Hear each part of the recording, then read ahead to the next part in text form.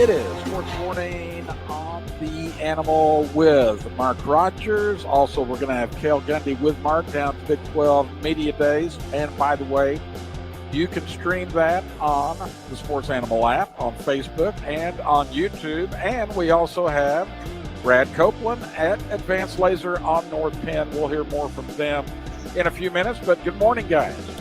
What's up, Punk? How you doing? Good morning, Craig.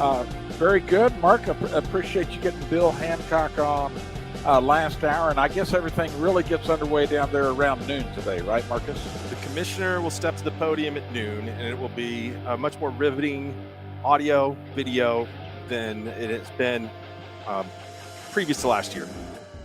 So, yeah, it'll be good. Very nice. No, fired up. This gets you fired up for football season. What, 7 teams today, 7 tomorrow at Jury World down in Arlington, and we got Mark and Cale down there. We had Kerry and Curtis with the Morning Animals, Cisco down there, so they're going to bring you all the latest from Arlington. Brad, what's going on? Not much, Craig. How you doing?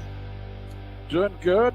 We had the Major League All-Star game last night. We can get your thoughts on that before we get to all the football down in Arlington. But Marcus, what'd you think last night? The National League finally gets a win after going 9 years without winning the All-Star game. Well, I'm a National League guy. I always root for the National League, so it was good to see them get back in the win column, and a pretty good story with Elias Diaz hitting the home run to win the game.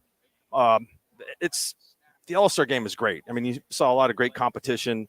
I like the fact that they had some of the players mic'd up and you could hear what was going on. I thought the broadcast quality was really good. So it's a fun night, fun game. What did you think, Brad? I agree with Mark about that. I thought that there was actually exciting action during the game, and anytime that they can stop the game and quiz someone on why Scooby-Doo is a superhero, then I'm all in. Good stuff. I enjoyed it last night. Elias Diaz with the 2-run homer in the 8th inning wins it for the National League. Guys, any thoughts on the Thunder Summer League game last night? We didn't see a lot of the guys that we're going to see play for the Thunder in the fall. Talking about definitely Chet did not play last night. We did see Cason Wallace. Didn't see either J-Dub or J-Will, but the Thunder lose to the Houston Rockets 105-92 last night. Marcus, did you get to catch any of that last night? I caught 0.0 the Blutarski of that last night. It takes a lot of the interest out of it with no Chet being out there. Yeah. So I really didn't. Morning Animals were discussing a really interesting trade possibility, I thought, earlier today with, Pascal Siakam and potentially Oklahoma City going out and packaging a guy like that in a short-term contract, a couple of years. Now, maybe it's difficult to lure a guy into that because I don't think Oklahoma City is necessarily a destination right now, but you could afford to trade some of the salary that they have right now on the roster with all the extra guys that they have and bring in, say, a really good 4-5 to kind of pair with Chet and then see where they are. Maybe if you brought in a guy like Siakam and didn't have to give up much, how much would that increase the Thunder's win prediction total? Right now it's 43.5. So 43 and 39 or something like that. I would think a guy like Siakam, even in a difficult Western Conference, would push the win total up by 3 or 4, at least. Minimum. I agree. Well, listen, Brett, I think it makes it much more, of a playoff team for sure if they brought in Siakam. Oh, there's no doubt about that. I mean, Siakam is a legitimate star, and it's not like he's playing in New York or L.A. He's in Toronto, and I know Toronto's a big city, but Toronto doesn't have the best reputation among players as being a place that they want to spend extended amounts of time. So, I think it'd be very possible. I mean, Toronto is basically in a teardown at this point. So, I think it'd be great. I think we know for a fact that the Thunder have multiple players that they don't seem to be committed to keeping. So if they could package some things up along with some draft picks and bring that guy in here on a couple of years deal, I think that'd be awesome for the team. It'd give them a little bit more of an adult presence in the room. Not that they appeared last year that they needed it that much, but it's never going to hurt. Well, we will find out more as we go. I mean, we've talked a lot about this, all the assets that the Thunder has. It appeared that maybe they weren't going to use them to try to win this season, get a year under Chet's belt, and then really go all in for next year. They're going to be pretty good. I mean, they're going to battle for a playoff spot this year, even just adding Chet, I believe. But They should. But a move like the Siakam deal really would put them in the mix. But well, I think Go ahead, I'm sorry. Toronto is going to. I mean, I would think that they want to rebuild, and I mean, they're looking for anything they can. I think draft picks. There's nobody in the league who has those type of resources more than Oklahoma City does. Yeah, there's no doubt question. that Toronto is going to rebuild. So I would think that they would be extremely interested in a deal if Oklahoma City came forward with a couple of young guys that the Thunder aren't going to keep on the roster and some draft picks that they could use for more personnel. I would think that would be very enticing to them.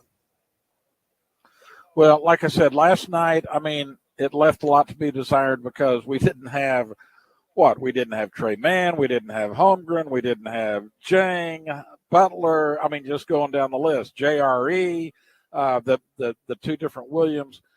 But we did get to see Cason Wallace. Now, Wallace, he didn't light it up this time. He only went 2 for 12, 1 for 8 from 3.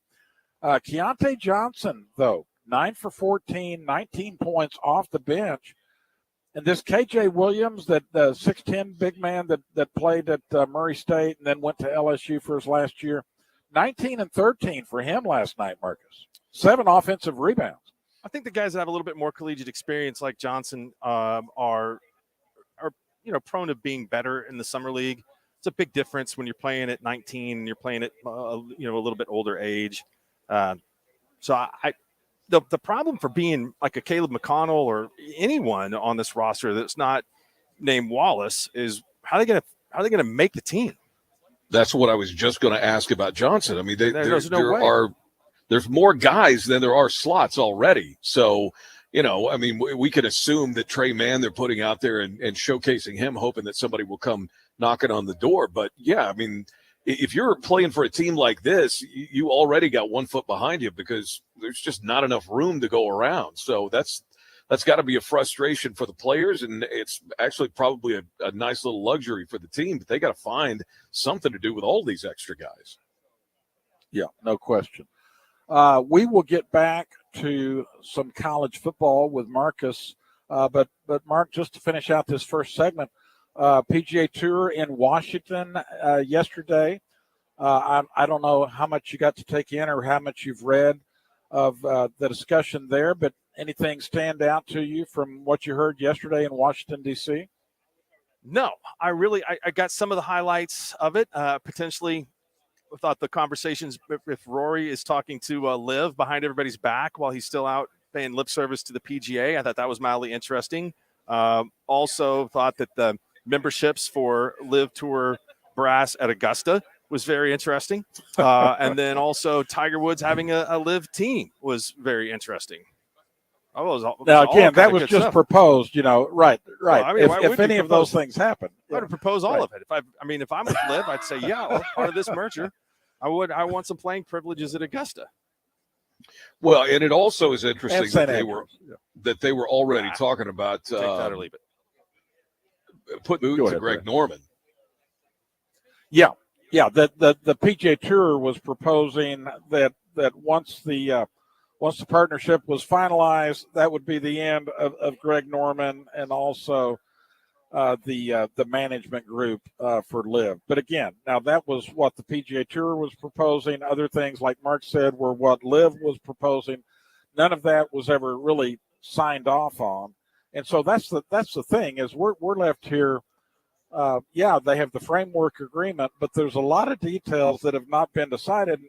The biggest thing I'm interested in was that the Liv players get their PGA Tour membership restored, or at least the opportunity to play in PGA Tour events, that they get World Golf ranking points, and make that retroactive to where they get credit for what they've done in Liv events over the last 2 seasons, and to be able to have the best players play in the Ryder Cup and in the President's Cup and in majors. That's the main thing that I'm interested in. And Hey, none Craig, of those things have been decided. Yeah. Craig, I wanted to ask you about the Greg Norman thing because I do think that's interesting from the perspective of assuming this thing comes together and there's not too much government intervention in trying to stop it from happening. What real use is there for Greg Norman in the new entity that this thing becomes? I mean, I think you could debate how necessary he was in a live golf thing, but it was a guy that gave them some legitimacy at a time when they didn't have a lot other than Phil. But in the new entity that this becomes, how necessary is Greg Norman? Like, what's he going to bring to the table that would make him not completely expendable from the get-go? No, great question, Brad. That's I agree with you. There's not really a need for him. Like you said, he was the face of Liv and maybe was helpful in recruiting. Although their biggest recruiter, like you said, was Phil, and the best recruiter they had was Yasser with the money that he was offering. Right. But no, Greg Norman, and that's why the PGA Tour has made it a point of hammering the fact that they are going to have control. Now, they wrote the side letter asking for Norman to be dismissed when the partnership is finalized.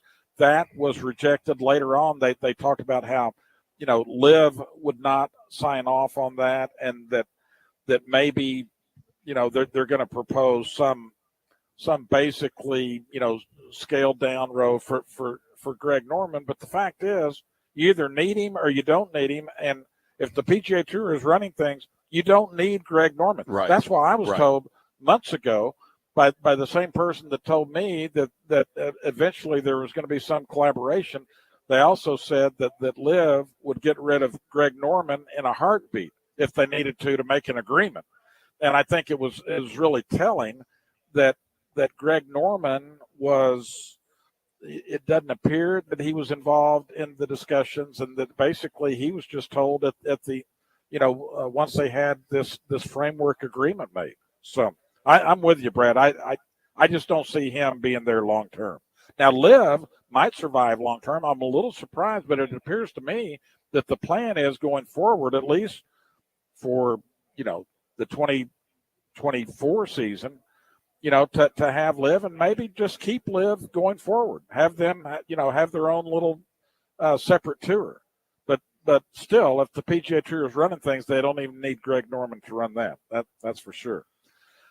Anything else on that, guys? Well, I know that this is going to, legally do some things, but it's not helping us get any closer to figuring out what the hell is going to go on in golf in the future, right? No, I mean we didn't learn any more yesterday on that. No, we didn't have any more firm answers. How big a threat? Right. How big a threat is it to the sport? I mean, this is going to the wrestling match here is going to shake the framework of everything we've ever known. There's so many questions. I mean, does there need to be a timetable for getting this done quickly and coming to some kind of agreement of what it's going to look like? Well, the timetable they set was at the end of the year. If they didn't have an agreement by the end of the year, that either party, could back out. I'm going to be surprised, though, if either one of – I mean, to me, both of them are in right now. I would be surprised if either one of them backed out, because the PGA Tour needs that money. That's the thing that stands out to me, is the PGA Tour has admitted that they were not sustainable long term with the money that they're paying out. And even worse if they had to pay out money for the court expenses. But do you think that the PGA would forego their tax exempt status to make this thing go through? Because it seems to me the biggest roadblock right now is the governmental oversight, and they're being grilled about it. And there's a lot of people complaining about it on Capitol Hill about the Saudi Arabian involvement. If PGA were to forego their tax exempt status, it's possible that would minimize the amount. Now, I mean, because it's a foreign government, they would still have some oversight on it, but that would minimize the amount that the government could stick their fingers in the thing, it seems to me. I don't know. My guess is, Brad, that they get to keep that status and have this for-profit entity over to the side as a different business. I would, to me, just as a golf fan, I've always been curious, and some of the figures thrown around were that they were giving away 3% of it. I'd like to know the actual percentage.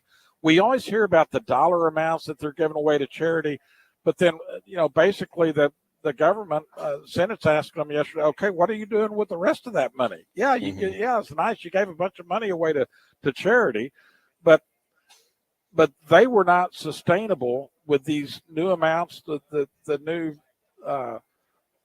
purses that they're handing out on the PGA Tour. They were not sustainable even, where they were long term, paying out that much money.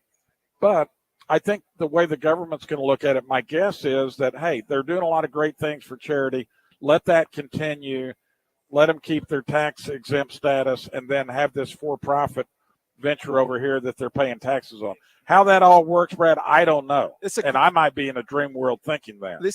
That's what they're trying to do. It's a great case study in what money will do, because there's never been a more unorganized group come in and whip the bleep out of a pretty organized group in the history of life. You know what I'm saying? Is that Liv had no idea what they're doing. They got no television. They got no exposure. They just had a bunch of money and kind of, I think, the power and perception of that it doesn't matter what happens. We can go on just paying people ridiculous amounts of money until the end of time. And it forced the PGA into making a bunch of bad decisions when they could have made good decisions for a ton of years. A ton. They just didn't.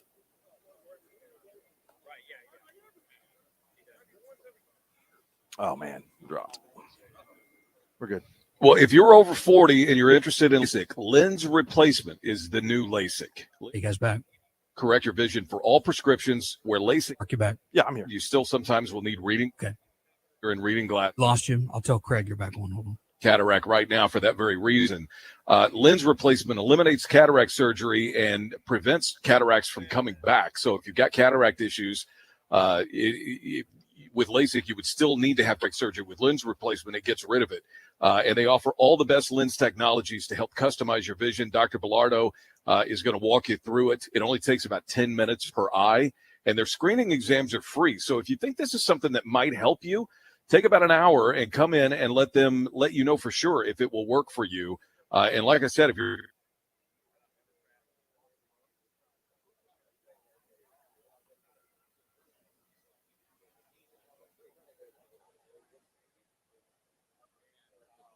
557-7700 or alcok.com.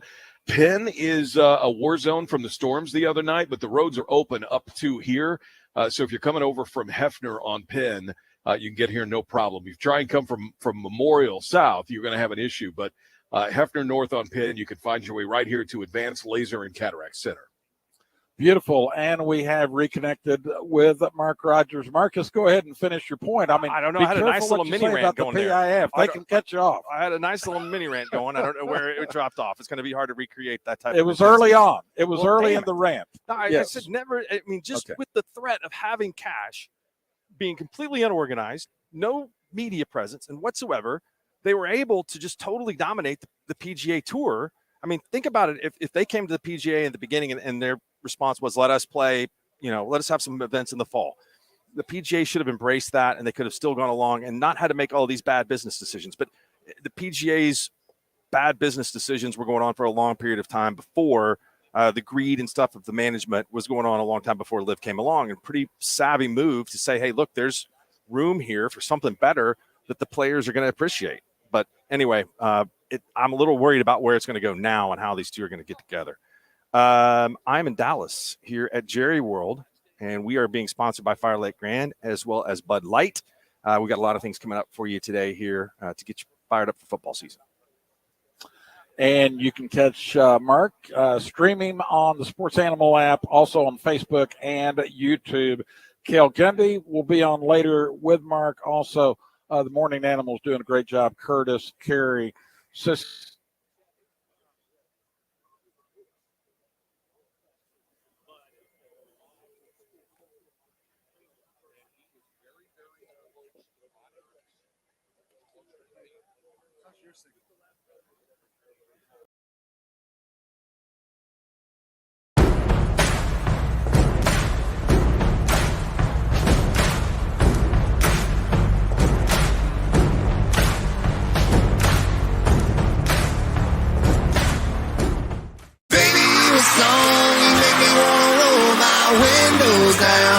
Tyler Hubbard. Let's go. of Florida Georgia Line. Friday, July 21st, Grand Casino Hotel and Resort. Tyler Hubbard. Live. I'll take you dancing in a country. Tickets on sale now at grandboxoffice.com. Don't miss Tyler Hubbard live. Let's brew some beer. We grow the barley that makes your beer. I grow the rice. I grow the hops. I make the steam. No steam, no beer. We make the cans. I bottle the beer. I label the beer. I pack the beer. I deliver the beer. I drop off the beer. I serve the beer.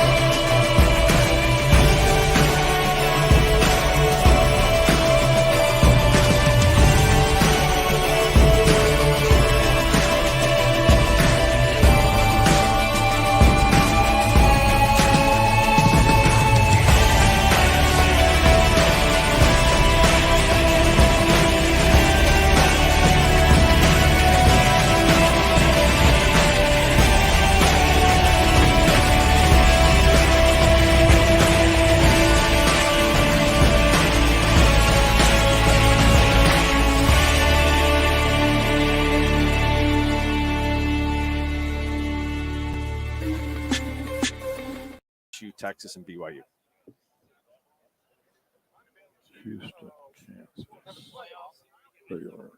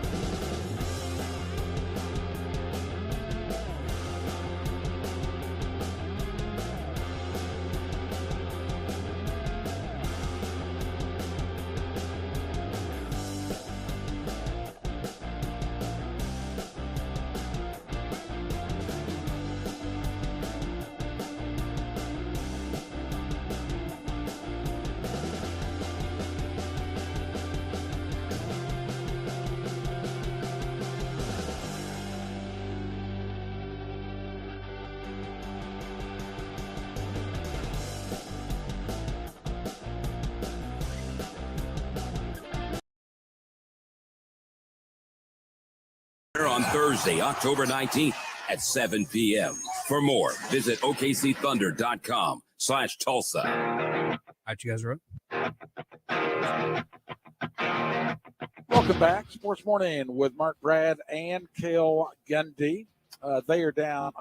Mark and Cale are down at the Big 12 Media Days in Arlington. You can stream everything from Arlington on the Sports Animal app, on Facebook and YouTube. We have Brad Copeland at Advanced Laser, Craig Humphreys here at Johnson's of Kingfisher.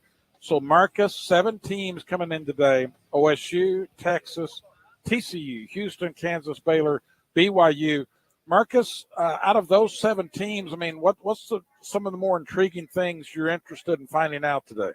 Well, I'm interested in finding out what the perception of Texas is. They're the preseason pick to win the Big 12, and there's going to be, I'm sure, some questions about, hey, where's the rings from Texas? Can you win a Big 12 championship on the way out? I think Texas has won 3 Big 12s, 3 Big 12 championships going back, I don't know, however many years. So I think they're going to be asked about that. And then I just think the awkwardness of being here in the league, I think will certainly be discussed.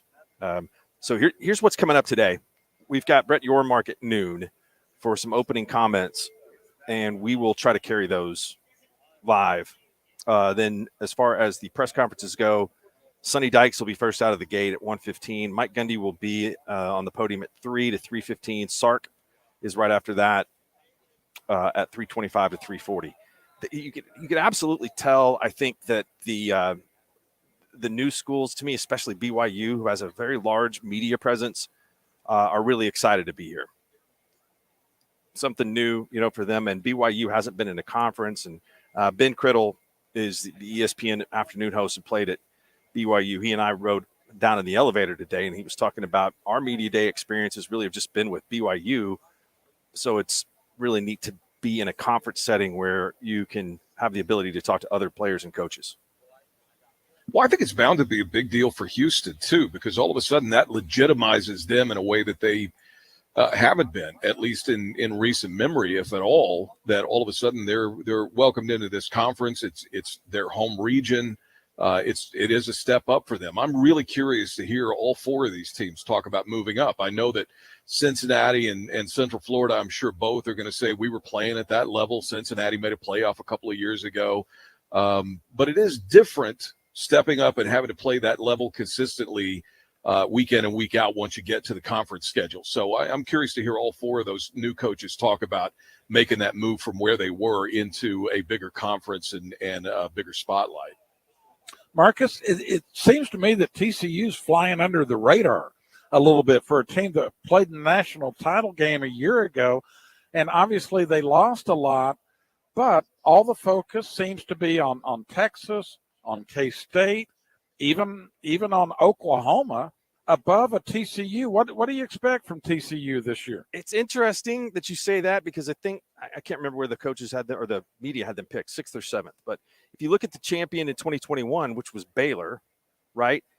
I mean, Baylor is a program that I don't think you can just say is going to reload and be great every year. And so when they lost some players after the Big 12 championship team, they dropped off to 6 and 7. So TCU, I think, is the same kind of animal. They had some really good players. They had some guys on defense that got drafted pretty high. They had a first-round pick at wide receiver. They had a Heisman Trophy, candidate at quarterback. How do you replace all those guys at TCU? It's not like Georgia, where they've had recruiting class number 3, number 1, number 2, that. So I think it's probably fair to not have expectations of them winning the league again. And we've had 4 different teams in the Big 12 championship game in the last 2 years. And it might be 6 and 3 if it's Oklahoma and Texas this year that get there. So there's been a lot of parity here, but I don't think those programs have the ability just to reload and on a year in which they achieve. And TCU won some close games last year to come back and have a season similar to what they had the year before. Go ahead, Brent. No, I tend to agree with what Mark's saying. I mean, those are tougher schools. That's a tougher situation to go into. I was thinking about that as he was talking about it. In Notre Dame, we think about Notre Dame being a school that was able to do that with higher academic standards and the other things that they had. And yet Notre Dame was a different animal, but if you think about Notre Dame, they haven't really had that presence in a while. So I tend to agree with him. I feel kind of bad for Sonny Dykes as a result of it, because they had that great year in year one for him. He set the bar so high, and now they come back. They lose the quarterback. They lose the great receiver. They lose some other guys, and now he's got to come back and try and follow that up. Now, I think he won himself some goodwill last year, but I think it's going to be a challenging year for TCU. But I agree with you also that it's got to be a little bit of a rub that, hey, we went to the national title game last year, and all of a sudden everybody's just talking about Texas.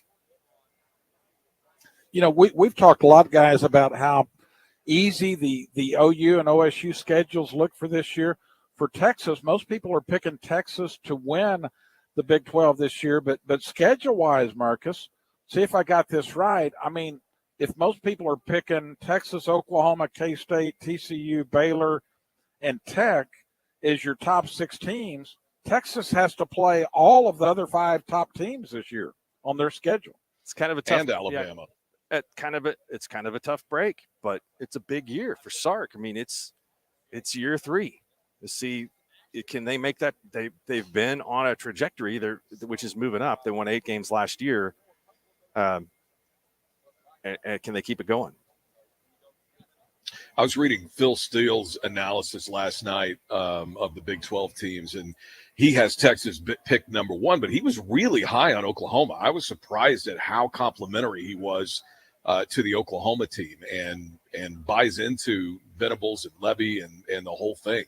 And, I mean, not that should be that shocking, because they were picked 3rd in the media in the area for the preseason Big 12. But for Phil Steele to be buying into it, and for other people to be, like Colin Cowherd to be poo-pooing it the way that they have been, I just thought it was an interesting perspective.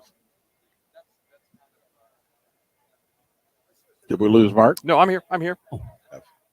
There he is. Okay.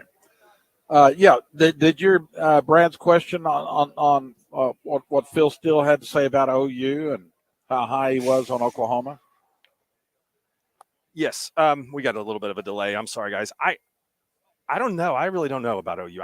I think that they've lost some talent. They've got a couple of guys coming in the portal that I think have a chance to be pretty good. Bothroyd at the defensive end position was a second-team All-ACC guy. McCullough played well as a freshman at Indiana. But just think about this. Of the good OU teams, you really don't want a freshman that played well at Indiana. I mean, you need better than that. You guys are going the first round. So I think the bar has been lowered of where they were on defense. And Lincoln Riley was trending on Twitter. And the first thing I clicked on it, of course, because I needed to see it. And the first thing that popped up was Sam Humphreys tweeting out all the defenses that Lincoln had in the last 7 or 8 years, which were not impressive. But last year's Oklahoma defense was worse than any of them. That total defense ranked in the 120s. And Craig, we had this discussion. I thought it was a good one. How many steps up in the ladder will they take this year from 120? I mean, they're going to move up 60 spots in total defense. I mean, they have some potential and they've got some good players, but are those difference makers enough to take them up that much? I have to look. I'll look up the NCAA stats and tell you how many different, how many yards per game less would they have to give up to move up 60 spots? But could they move up like 30 spots and still win 90? 9 or 10 games with that schedule? You got the 90th ranked defense in the country, and you win 9 or 10. Well, I'm just saying with that schedule, Marcus. I'm saying, obviously they should they be got able to have a 90th really ranked defense in improved the on country. defense. But I mean, they should. But I think if they don't move up at least 30 spots, well, then I think Venables is going to be surprised for one. But no, obviously they got to get a whole lot better. I mean, he's got to be optimistic. I you know what I mean? Well, no, I think he's definitely going to be. He's going to be making the pitch. He's going to be. He's going to be making the push for. This is why we're going to be better. I mean, he's going to be Brent. We know what to expect from him. He's going to be Mr. Positive. There are a couple of things that they can do if the offense plays better. if the offense plays better and they get if they have a better running game this year and they can move the ball on the ground, time of possession on offense is going to make the defense better. If the defense gets better on its own, that's going to increase their chance to move up. So it's very feasible that they could move up to 80. I mean, that's still embarrassing, but it's significantly better than they were last year. To go from 122 to 60, they're going to have to give up 89 less yards per game. We'll get Cale on next segment. He had a great perspective on this on Monday. He says, hey, it ain't as easy as you think to slow down the offense. I mean, the offense practices going fast, and they're really good at it. It's not as easy as you think just to say, hey, look, we're going to run this in a different gear. So, I mean, his advice is for the defense to get better, but that's 89 yards difference total defense. That's a bunch. It's like basically saying you're going to give up, that much less yardage per game. So that's a big leap. Yeah, no question. Brad, what's going on at Advanced Laser? Advanced Laser is the place to go if you want to see better. If you want to see far and you want to see near, you got to come here to Advanced Laser and Cataract Center. If you're over 40, you're starting to wear glasses, you didn't need them before, the new LASIK is lens replacement. It offers vision correction for all prescriptions. LASIK is somewhat limited in what they can do. Lens replacement also is permanent vision correction. LASIK's temporary. You'll have to get LASIK redone at some point. With this, you don't need it redone. It eliminates cataract surgery, where LASIK, you'd still need to have cataract surgery. It's the way to go. It's the future. It is the future of eye surgery. Lens replacement only takes about 10 minutes per eye. The screening exams are free, so if you'd like to get out of those glasses, take about an hour, come in and let them screen you and show you what they can do. Let them show you how you can see better. Like I said, you want to see far and you want to see near, you got to come here to Advanced Laser and Cataract Center.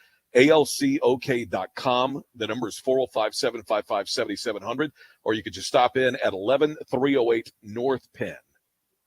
And great coverage with Mark and Cale from Arlington. Remember, you can stream all of the Sports Animal coverage on the Sports Animal app, on Facebook, and on YouTube. And Marcus, you want to thank our sponsors? He stepped away. Okay. Mark stepped away. All right. We are right here at Johnson's of Kingfisher. We do want to say thanks to, obviously, John, Jeff, the whole crew. They are great people to deal with here in Kingfisher. And like Jeff talked about earlier, inventory levels better than they've been in years. You need to come check it out. Test drive these vehicles. If you can't make it out, you can always check them out online 24/7 at Johnson's of Kingfisher.com. We'll have more from Mark and Cale from Arlington, along with Brad Copeland at Advanced Laser. Coming right back.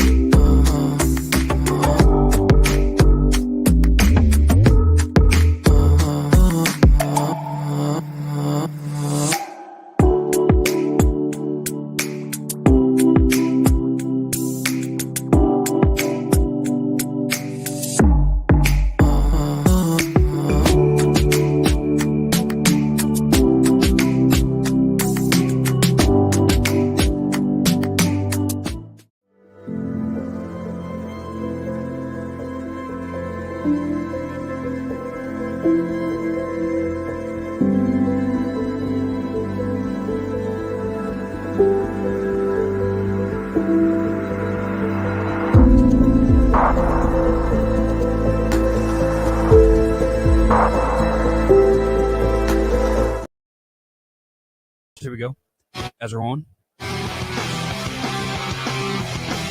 Welcome back. Sports Morning with Mark and Brad on the Animal. Mark's going to be joined later by Cale Gundy in Arlington side of the Big 12 Media Days. Again, you can stream all of our coverage from Arlington on the Sports Animal app, also on Facebook and YouTube. Brad at Advanced Laser on North Penn. Craig Humphreys here at Johnson's of Kingfisher. So, Marcus, Yes. of the 7 teams coming in today, we've talked about a number of them, but 2 that we haven't talked about, Kansas and Baylor. And I know that a lot of people picking Baylor to be, somewhere in the middle of the pack, somewhere between 5 and 7 in the conference. Kansas, a little lower than that. I mean, any chance that either of those teams could be surprise teams this year? Okay, well, I think the name Oklahoma carries a lot of weight in terms of positive perception. I think the name of Kansas carries a lot of weight in negative perception. KU offense has a chance to be really, really good. Their defense was bad last year. The last time we saw them, they're just an absolute track meet with Arkansas. I think the depth is their problem. They do have some good players on the defensive side of the ball, but not enough good players on the defensive side of the ball. But can they stop people, and can they beat the elite teams? Can they get over the hump? When they came to Norman last year, OU wasn't going very good, but they found a way to get a win over Kansas basically because they couldn't stop Oklahoma. I also think Jalen Daniels staying healthy matters. Baylor was bad on defense last year too. If they were 58 in total defense, they were really bad and getting off the field.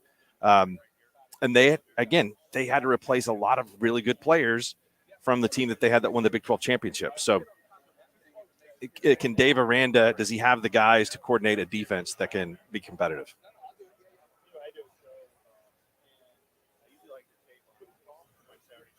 Go ahead, Brad.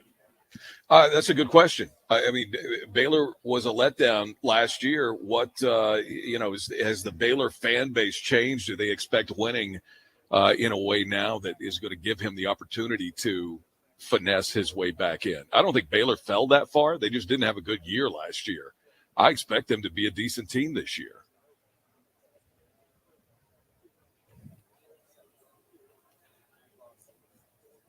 Winning close. So we got Baylor on tap today. Winning close games is a really important thing in the league. Winning close games has been an important thing in the league. If you look at OU last year and you look at them the year before, is a lot of these games kind of are one possession and can go either way. There were a few of those for Baylor last year. I mean, barely lost to TCU, ended up playing for the national championship, beat Oklahoma in a 3-point game, and lost at West Virginia in a 3-point game. I think that was a Thursday or Friday night game. And so, hey, they went 1-2 in those 3-point games. So, it's going to depend possession for possession on if you can win the close ones. I don't think the conference is going to be as good as it was last year, but there's no reason that the conference shouldn't still be competitive this year. I think that and maybe that's part of the reason why people are expecting so much from Texas, because on paper they look like they ought to be better than some of these other teams, but it sure hasn't played out that way historically, really, for Texas. So we'll see, but I do think that the league is still going to be competitive. Well, and that was my point, Marcus, talking about the Oklahoma defense. They were ranked number 120-something, didn't you say, last year? And the point is, they still lost a bunch of games. They were right in games that they lost by 3 points to Baylor and to West Virginia and to Texas Tech, to Florida State in the bowl game. With that defense, they could have had 8 or 9 wins even with that defense. So I'm just saying, if they improve 30 or 40 with the weak schedule, could make a big difference in the win category. Brad, what's going on at Advanced Laser?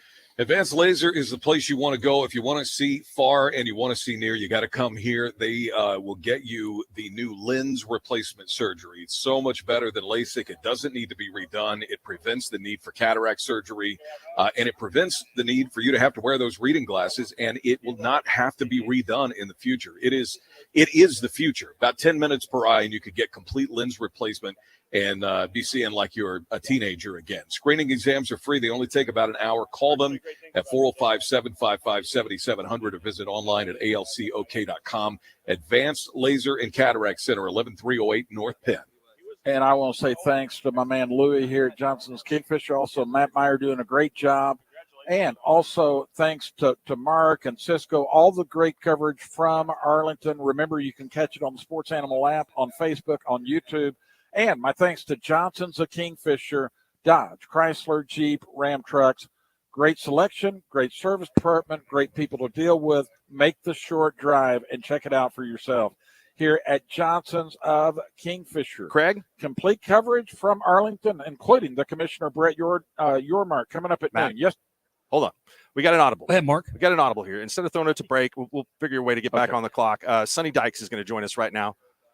So we'll get Cale to get his headset on, and we'll do that. So sorry, we'll rearrange the clock a little bit, but Sonny only has a few minutes here. So all right, let's welcome Sonny Dykes, head coach at TCU, the runner-up in last year's 2022 season. So, Sonny, congratulations on a great year last year. Thank you. Appreciate it. It was a fun year. I don't know that any of us honestly saw it coming, really. I think we felt like coming out of spring, we had a chance to have a decent team, but we had some big holes that we needed to address. And unfortunately, went to the transfer portal and signed some guys that really helped us and gave us some depth. And season started, and I think we were an okay team. And to our players' credit, we just got a little better every week and got a little confidence. And then, got great quarterback play and figured out different ways to win games. We outscored people some games, and then, we held Texas to 0 points in the first half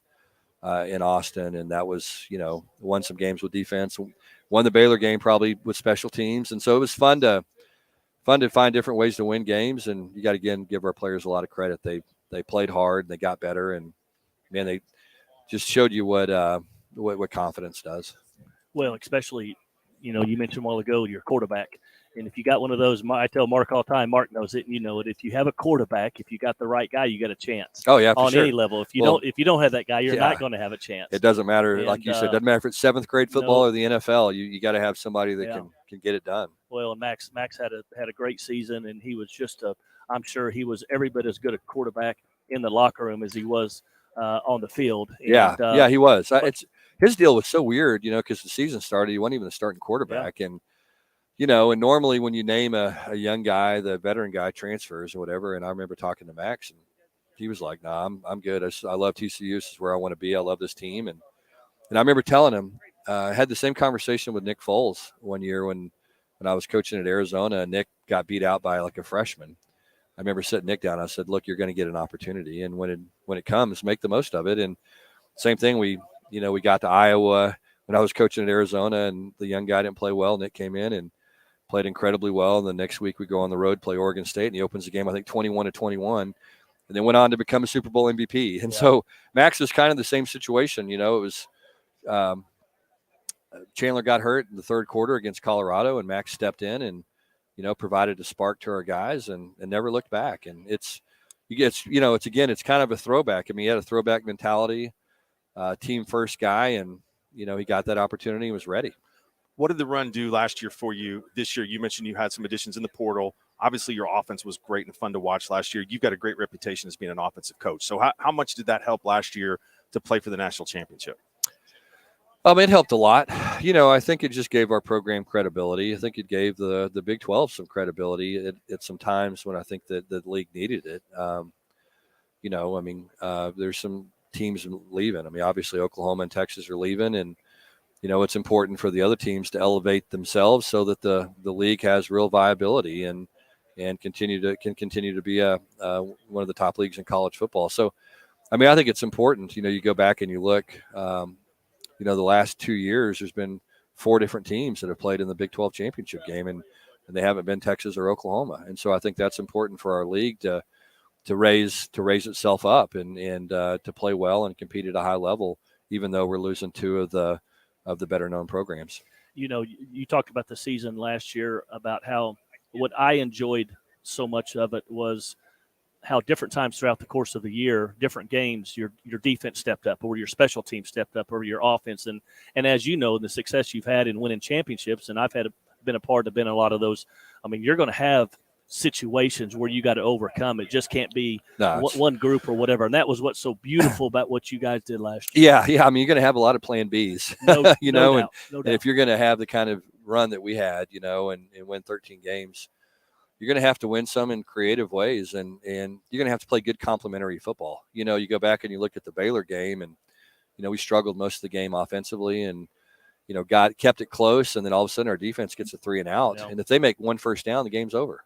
And so our defense goes out there, gets a big stop, gets the offense the ball back. Max makes a bunch of plays, gets us down there, and then we got to kick a last-second field goal. Run the field goal team on and make it. And so it took everybody coming together really in about a minute and a half period where everybody had to play great situational football. And like I said, one of those units lets down, we don't win that game.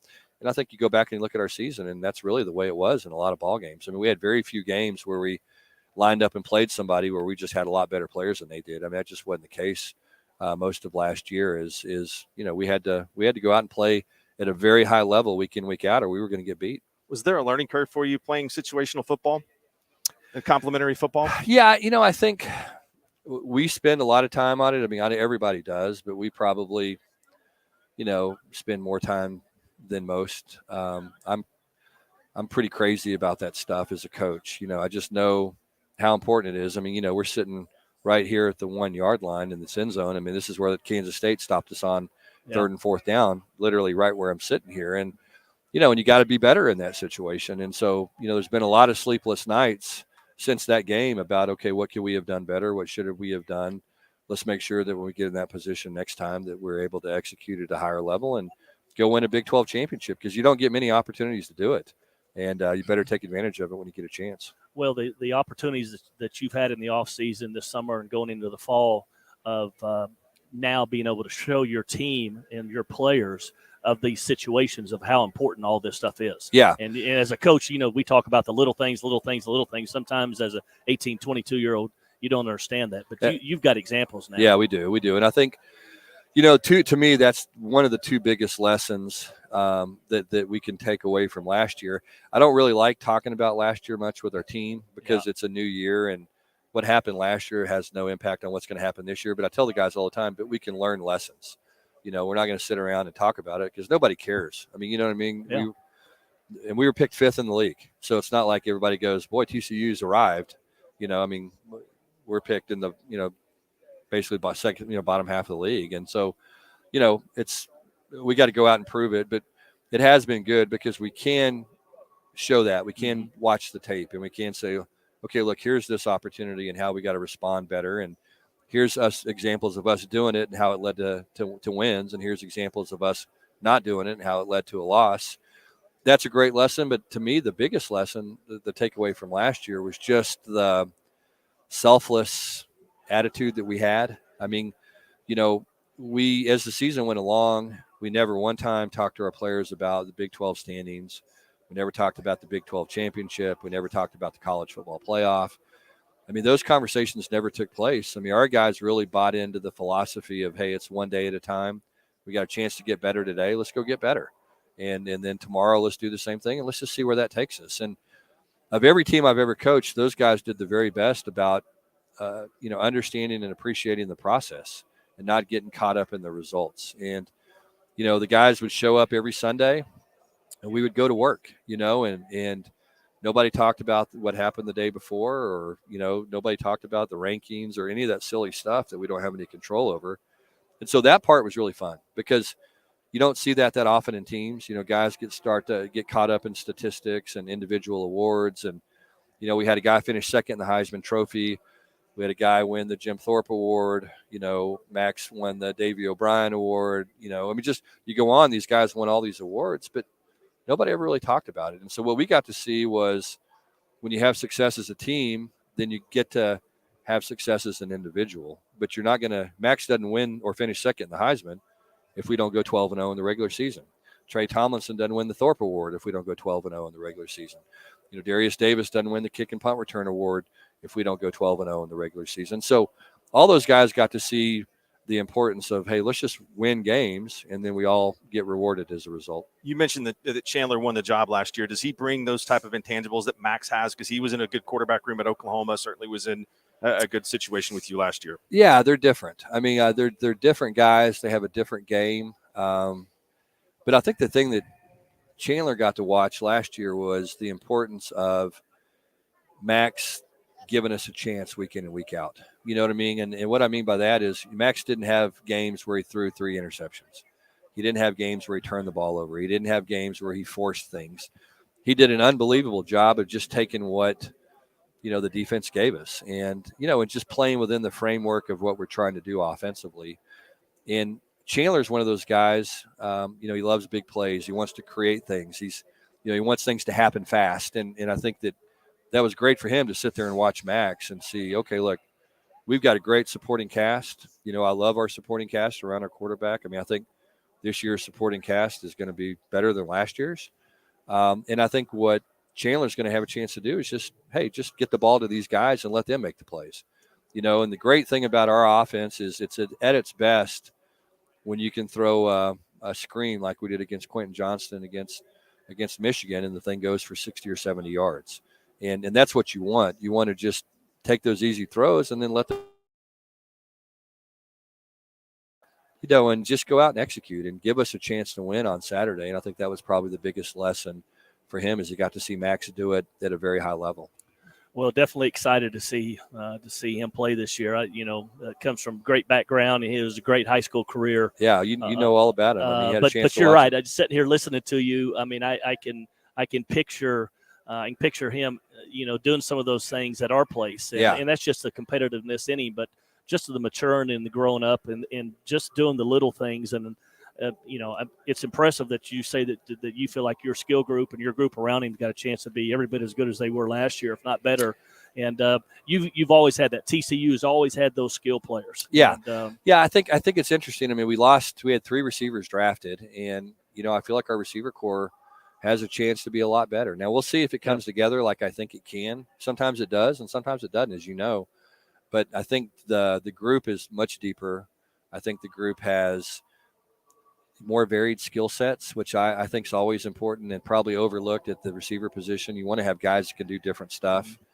And last year's group, we had, Quentin and, the big play stuff that he could do, but then we had a bunch of kind of smaller guys that could do stuff. But this group's different. We got guys that can run, but we also have these really good route runners, but we also have these guys that are big and physical. And I mean, we just have a lot of different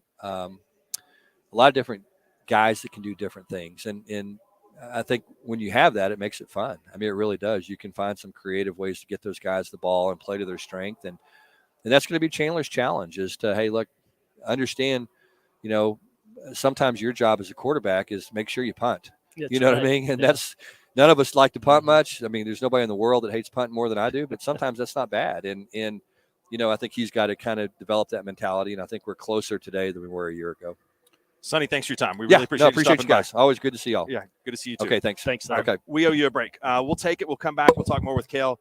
It's really fascinating to me to hear that he believes that his supporting cast can be pretty better than last year, because that's crazy, because Quentin Johnson is a beast. Well, and they're ranked really too low, if that's right. There's no doubt. I love listening to him talk. Again, it just brings you back to the coaching and just the things that are important. And I wanted to say they won last year because they had great leadership, and the way things were able to evolve was because of great leadership, and that was him and the quarterback and the rest of the team. All right, we'll catch up with we'll bring Brad back in. We'll also have some more thoughts on TCU and what it might take for them to be as competitive as they were a year ago. You are listening to the Middle of the Day show here in Dallas. Big 12 media coverage brought to you by Firelight Grand Casino and Bud Light. Stay tuned to the Middle of the Day show.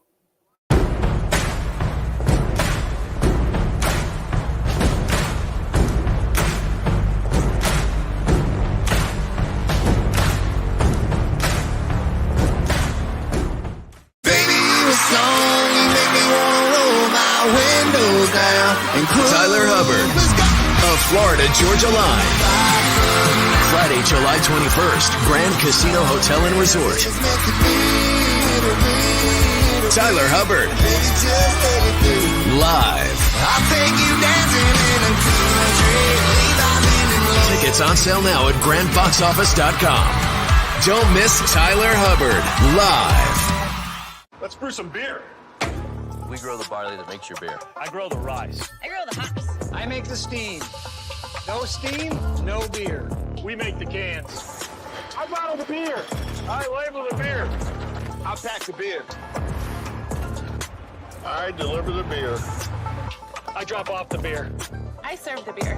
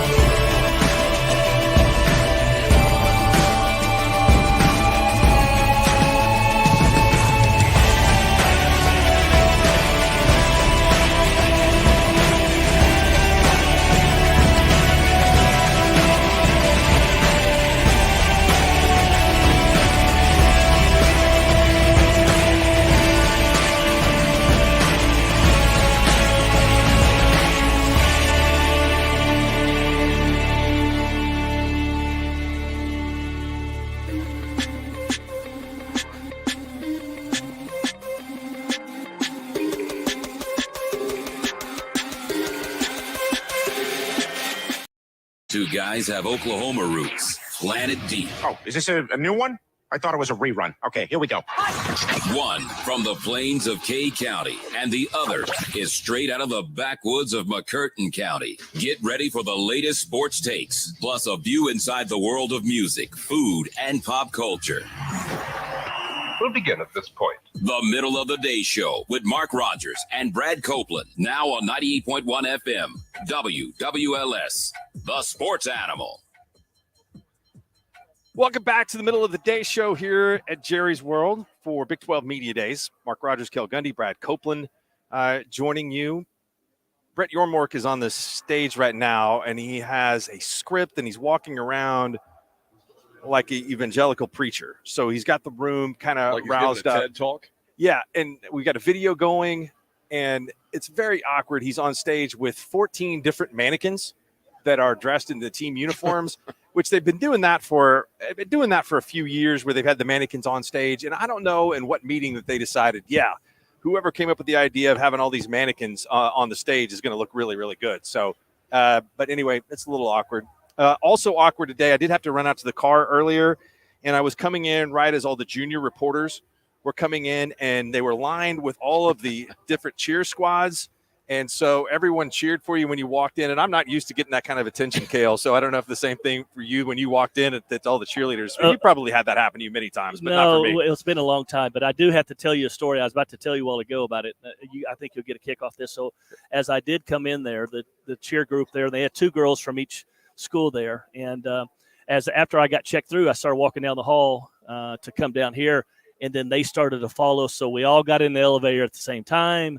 And we went down, and then we come out, and I happened to be talking to 2 of the OU girls, this and that, and I kept following them. And I walked in, and next thing I know, I turn around.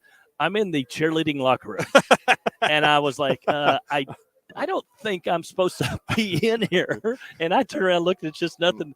They, everybody was dressed and everything, and everybody just walked in there. But I was like, I think I'm in the wrong spot. They said, you need to go out and go down the hall and make a right.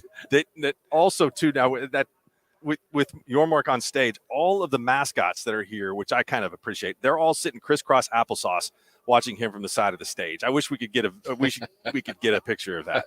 We need to. Hey, speaking of getting pictures, you guys are on video, right? If you want to tune into the Sports Animal social media or the website, you can watch Mark and Cale Dallas right now. Facebook, YouTube, and our streaming application. Yes. So we'll try to get a picture of all the mascots sitting down. You don't want to be sitting behind Pistol Pete. He got a big head. Yeah. This is a neat deal. I've never been to one of these. Only the head coach goes to this, but it's not surprising. I mean, it's just good to be able to walk in and just see so many faces that I still do remember, not only coaches, but just media people and ESPN people and Big 12 people, just good people that I've met along the time of my career. And it's good to be in here. I love this place. Matter of fact, I think I was part of 5. I was 5 of 5 in here at this place, playing in championship games. So, that's a pretty good record. That's pretty good. I thought Sonny was really interesting because TCU's not picked to be very good this year, and if they can have an offense, and he would know that is as good as a year ago, then they're going to win a lot of games. But that buying in factor that he talked about, I don't think coaches, they pay lip service to getting it done. But you're right, Kel. 19, 20-year-olds don't process that all the time. No, they don't. And again, that's why it's important. Again, like I mentioned, we talked about. I've been in those championship seasons, and most of the championship seasons, you're going to have games that come down to the last play of the game, or you've got to come from behind. And that's you when you start to build that over time, it's the leadership. And again, I go back to not only, I know he had a lot of great players, but it's just, if you have the right quarterback, that right quarterback can manage a lot of that stuff and can manage the locker room stuff. And they had that guy in Max Duggan. That's what I wonder about this year. I mean, I know he feels good about it, and quite frankly, he got me fired up to watch TCU play. But I wonder, going from the practice field onto the game field, how is that going to translate? Is the guy that looks great in practice, is he going to be able to deliver when Saturday rolls around? That's what I'm curious to see, because I totally agree with you. If you don't have that quarterback, it's going to be a struggle no matter what. Cale, is that one of the bigger challenges in coaching, is if you have a team that's really, really good and has experienced a lot of success, to try to keep them from not going through the process and taking things for granted?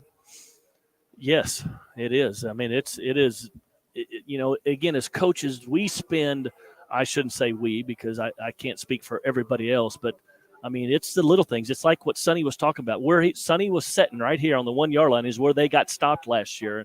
And how many opportunities, how many times throughout the course of the season with practice and scrimmages versus the defense did you have 3rd and short, 4th and short, and put your team in those situations? And, even during fall camp when it's, 95, 100 degrees outside and it's hot, and, guys would rather check out and not be there. It's just, man, they're just, everything, it's just not easy. it's not easy to win. It's not easy to win championships. But I do go between. I'm sorry. Going back to we were talking. You asked, do they have that?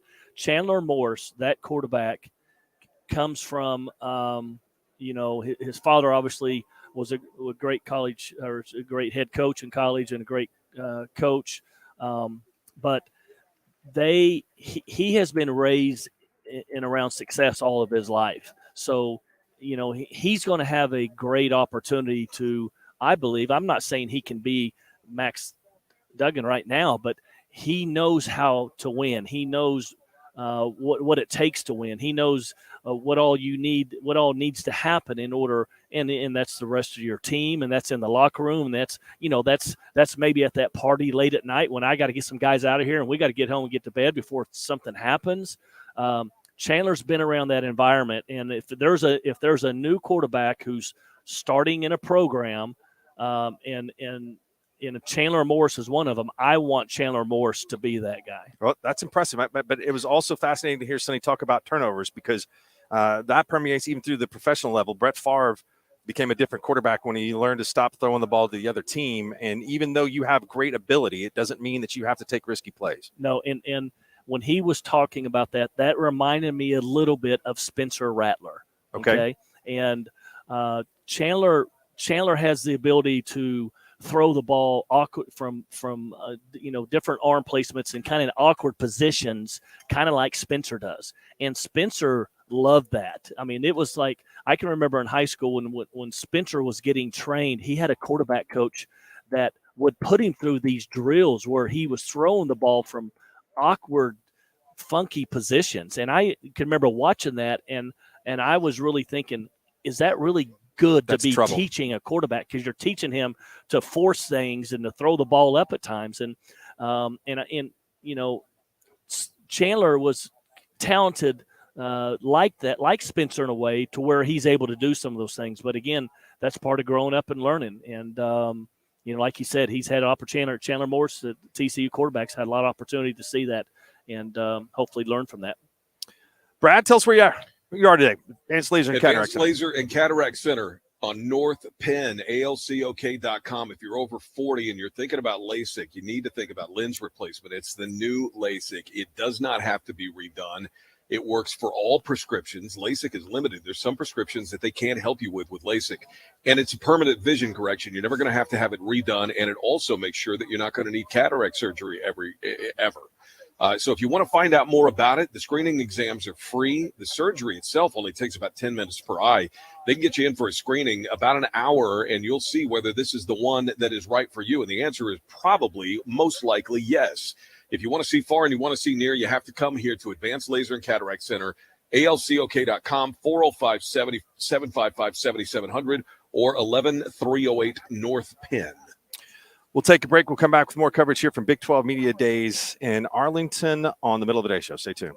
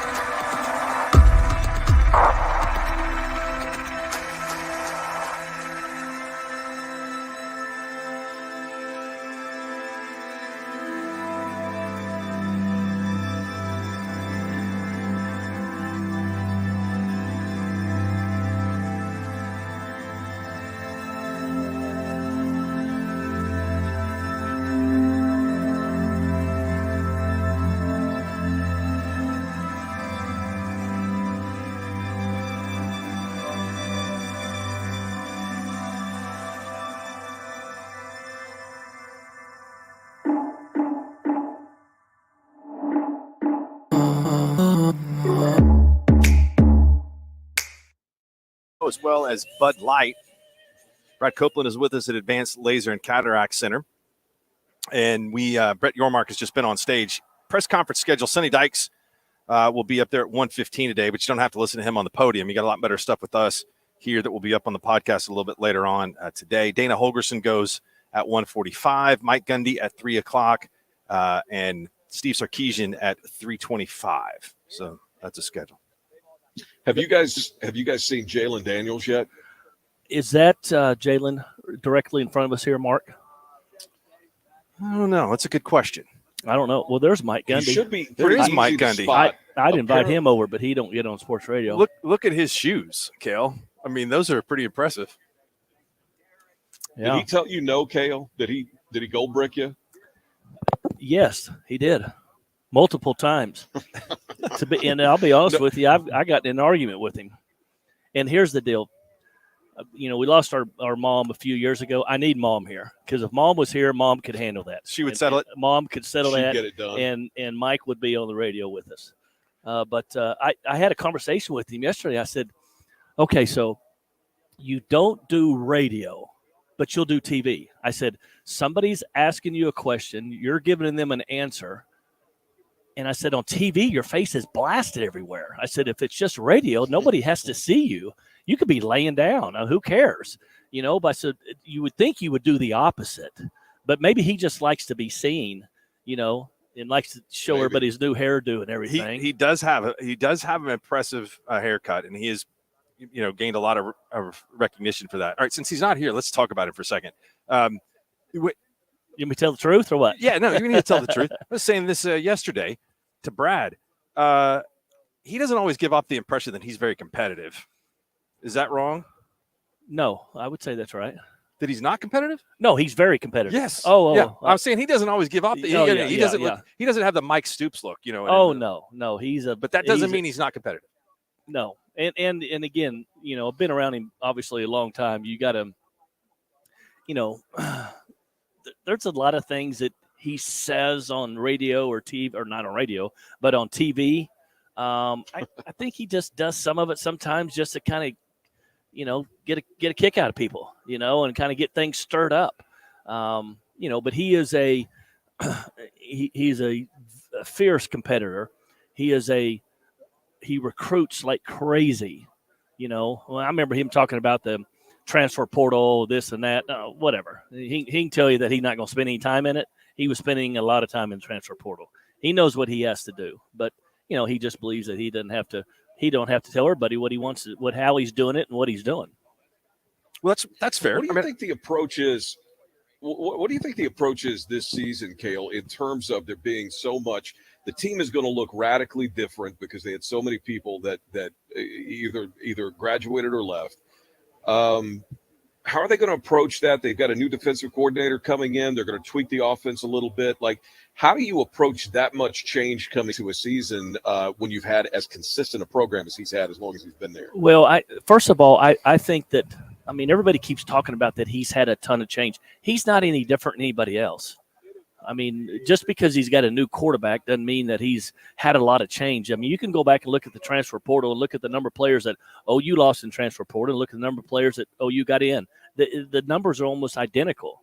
But it goes back to me, the quarterback. You got to start slowly a little bit and make sure everybody feels extremely comfortable in how we're doing things and not just throw a bunch of things out there, because if you throw a bunch of things out there and you're trying to do too much schematically, offensively, and defensively, there's no consistency. They got to build some consistency first. They need to do it quickly, and they understand that, And again, it starts offensively. You got to take care of the ball. You got to be able to run the football. You got to be able to run the football, and you got to be able to take care of the ball. And again, with their defensively with Coach Nardo, which I've heard a lot of great things. My brother went out and personally interviewed several candidates for the defense coordinator job. He took some of the coaches on his staff to go visit and to be a part of the interview process for several of these defensive candidates.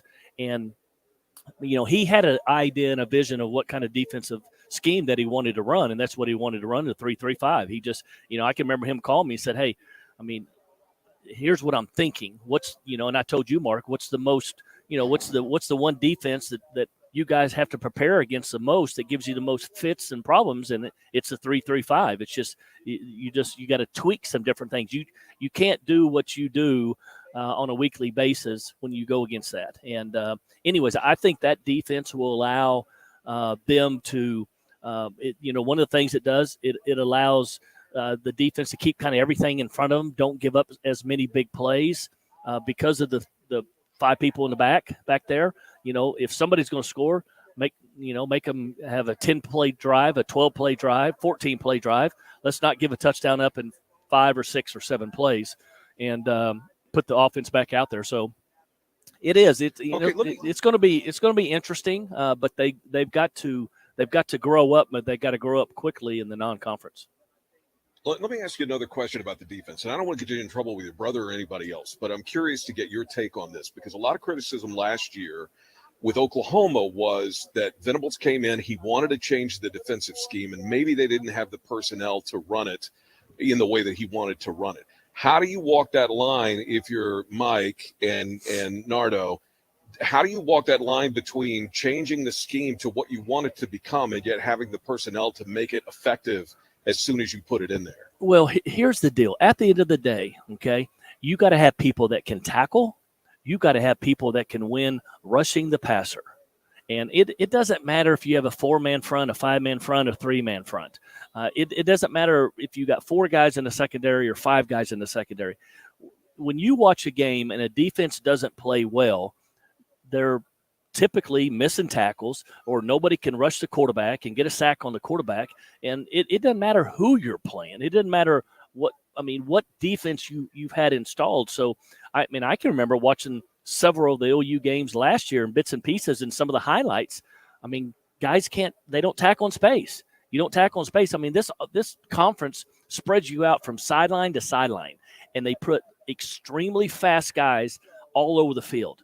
And if you can't cover one guy, or if you fall down or you don't tackle him, you give up big plays. And to me, that was what the problem was. They had what they have 8 or 9 of their leading tacklers 2 years ago when Lincoln was there. They played on that same team last year. What were they 2 years ago defensively? I think they were around. They were better. Yeah, they were around 60th in the country or whatever. Huh? No, they were significantly better than that. They weren't 120. No. So I think there's I don't know. I can't. I have my reasons why I feel like that they struggled at times, and I'd rather keep those to myself. But again, it comes down to you got to have guys that can tackle in space. You got to have guys that can rush the quarterback. All right, let me ask you about Oklahoma State. You recruited a lot of those guys that are on their roster right now at the skill positions. They did have some attrition at the wide receiver position, but to me, they look loaded at that spot, and they look pretty good at running back with Ollie Gordon, who he had some ball security issues, so your brother wasn't going to let him on the field and talk real good about him as a freshman until he starts holding on to the football. But what are the potential for the skill position there next year? Well, I don't know. I don't know the true confidence. I haven't talked to my brother the full confidence they have in the quarterback who's going to play for him next year, and how much they're going to allow him to do. And again, I would think that they would start off being able to run the football. Again, I think they're going to be better in the offensive line. They're going to be healthier. I'm a big Ollie Gordon fan. I think he's got a chance to be a great running back. And then they got skill guys out there. And I know they lost 1 or 2, but they still got a handful of guys that are out there, guys that can, again, spread you from sideline to sideline and make plays in space. Well, I don't think if he doesn't do radio interviews, he's probably not listening to radio. So we don't want him not to talk to you, period. So we'll just have to tell him that you took the weekend off. Even if he doesn't, I'll be all right. Yeah. Brad, what's going on at Advanced Laser and Cataract? Advanced Laser, if you need to see far and you need to see near, then you want to come here. Advanced Laser does lens replacement. LASIK is very limited in terms of there are certain prescriptions that they can't fix with LASIK. It needs to be redone oftentimes, and sometimes even with LASIK, you still got to wear your reading glasses. Lens replacement surgery completely corrects all of that stuff, and it eliminates the need for cataract surgery ever. With LASIK, you possibly still could need cataract surgery in the future. So if you're looking at options for vision correction, lens replacement is something you need to think about. And if you're thinking about it, the place to do it, everybody knows, is with Dr. Bilardo at Advanced Laser and Cataract Center on North Penn. You can find them at alcok.com. You could call them 405-755-7700. Come in and get a free screening, and it'll take about an hour, and they can tell you exactly how they can help you at Advanced Laser and Cataract Center of OKC, 11308 North Penn. Now, does Kevin Clintworth, the Oklahoma State Communications Director from Manford, know that we aren't going to try to pursue Mike Gundy? Because I just made eye contact with him, and he started looking about 8 different directions. Well, I already told him. He Okay. knows. Everybody knows. I mean, it's an ongoing joke. I've talked to like 3 people already. They're like, I bet you're not getting your brother on the radio. I'm like, yep, you are correct. Right. Well, he wins the contest of being stubborn today. We are here in Dallas. Big 12 Media Days coverage brought to you by Bud Light, also Fire Lake Grand Casino. I can't tell if this is Boomer or Sooner, but he's going to sit down with us. Boomer. All right. Thank you very much. We'll be back with more from Jerry's World. Stay tuned. Tyler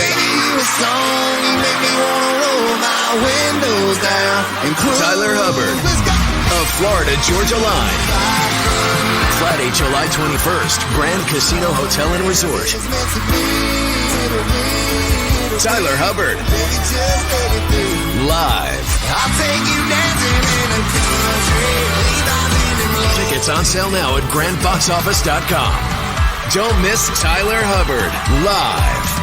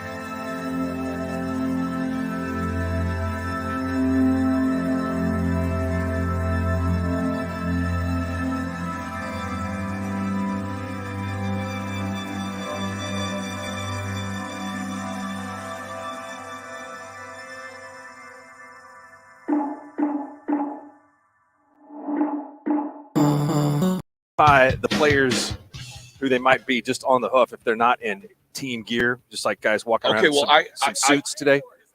Yeah. I asked you about Jalen Daniels a minute ago for a reason, because not only is he in a to the nines suit, but apparently he's wearing some ice that's got, essentially it looks like an Apple Watch built into it that displays a highlight reel of him from last year.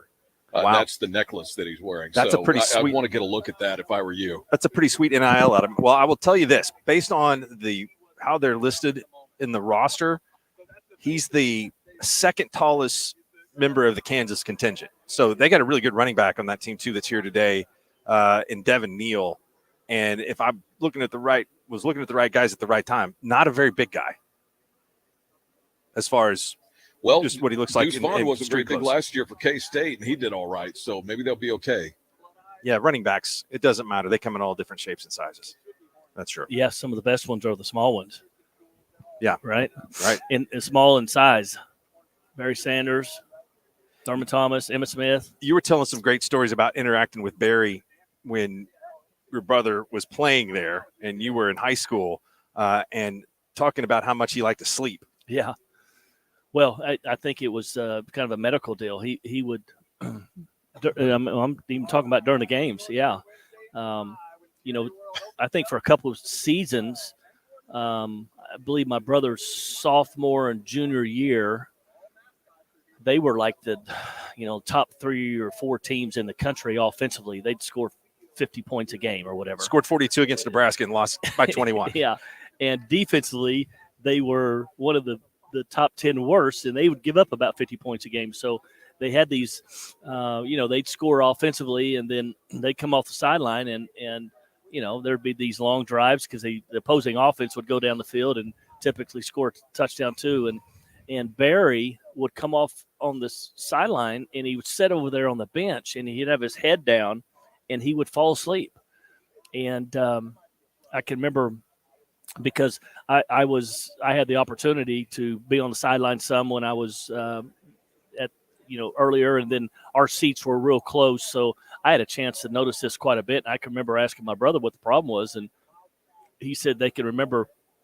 The joke was that they asked Coach Jones, they were like, Pat, Barry's over here sleeping on the sidelines, and I guess Barry told everybody, hey, leave him the hell alone, and he took out. So I'm taking out a few words, but don't mess with him. Let him rest. Just get him up when it's time to to catch the kick for kickoff return, or if they're punting to us, which they don't punt very much. So just leave him alone. Let him do what he does. Well, it's impressive that Pat identified that, Yeah, because sometimes coaches might think that guy's falling asleep. What the hell's wrong?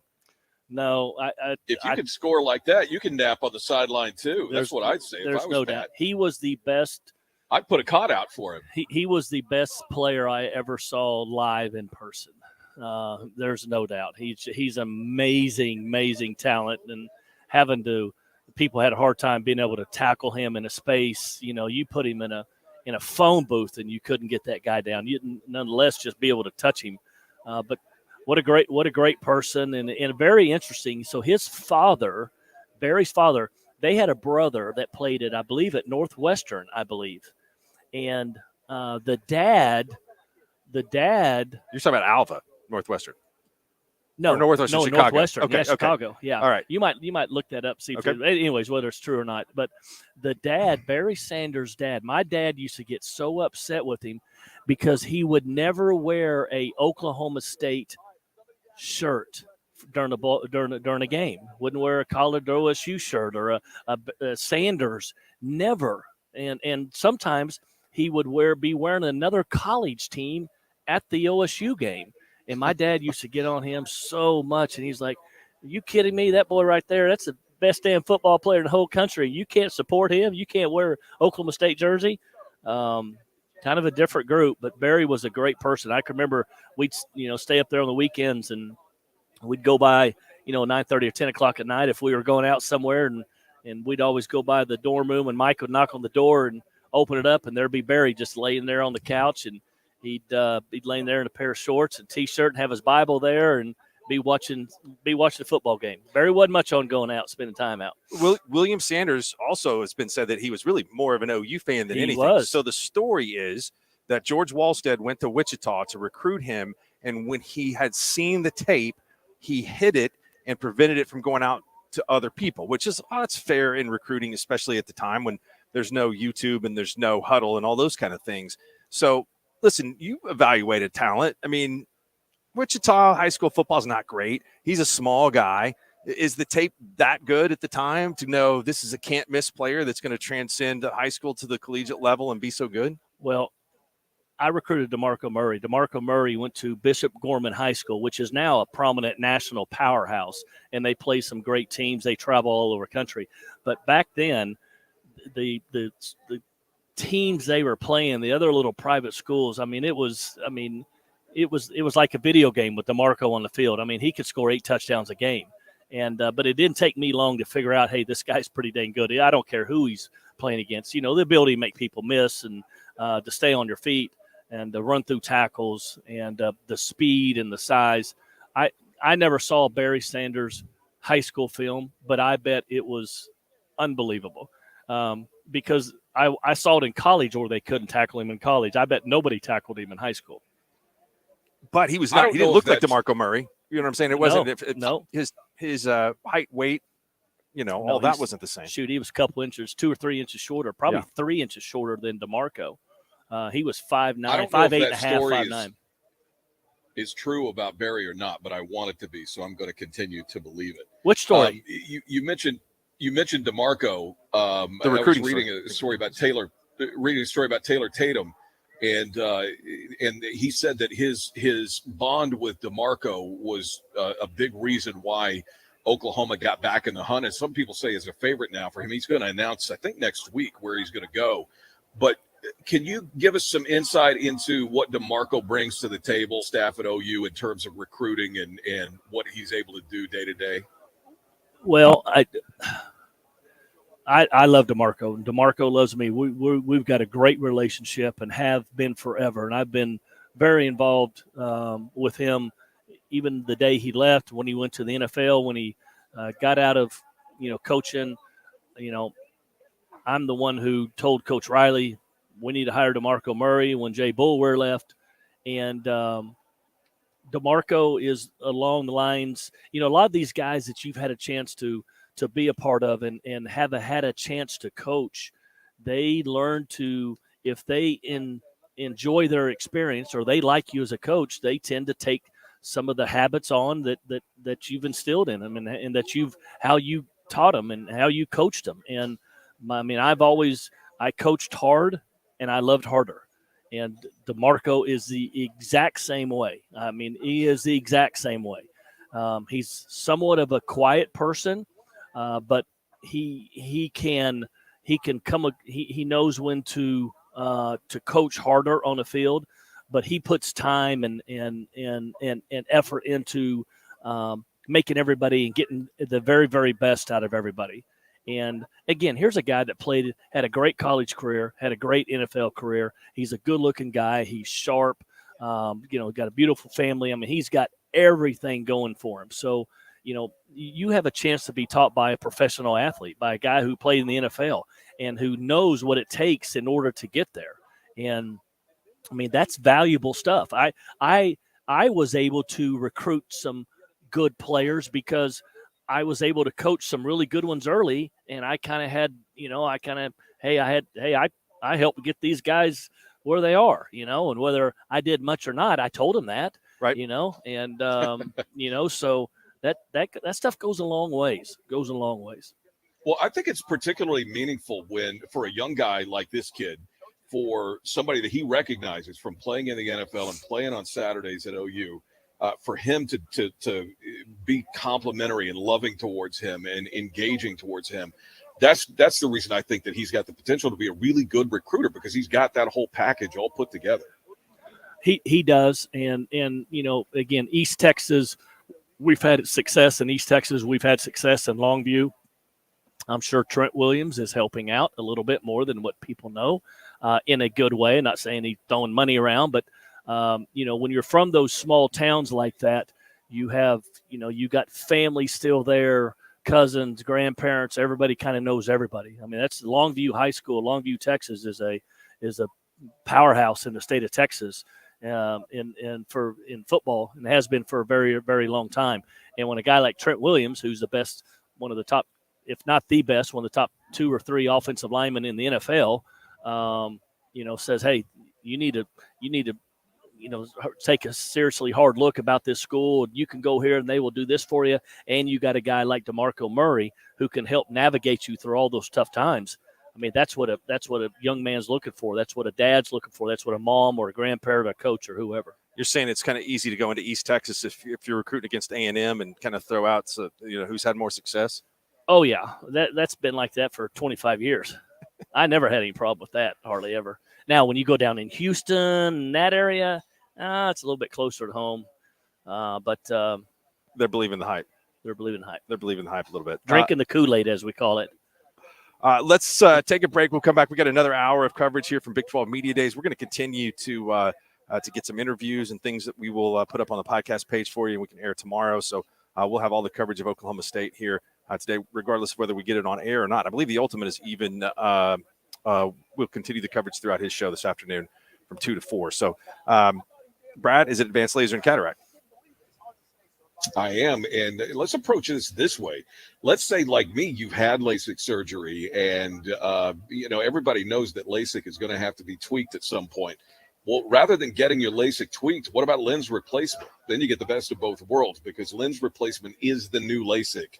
It offers vision correction for all prescriptions. LASIK is somewhat limited into what they can do. You come in and you get this lens replacement done at Advanced Laser and Cataract Center, and you're not going to have it redone in the future. It also eliminates the cataract surgery in the future. So with LASIK, you could still potentially have cataracts and need surgery. With this, you don't have to worry about it. It's the best of all the lens technologies to help customize your vision. Lens replacement only takes about 10 minutes per eye, and they'll walk you through it and give you a screening exam for free. If you've got about an hour to spare. So come in. If you're looking to correct your vision, this is the way to go. Advanced Laser and Cataract Center, 405-755-7700. You can find them online at alcok.com, or come in while we're here at Advanced Laser and Cataract at 11308 North Penn. We're Big 12 Media Days at AT&T Texas Stadium. We will come back with another hour of coverage right after this. Stay tuned.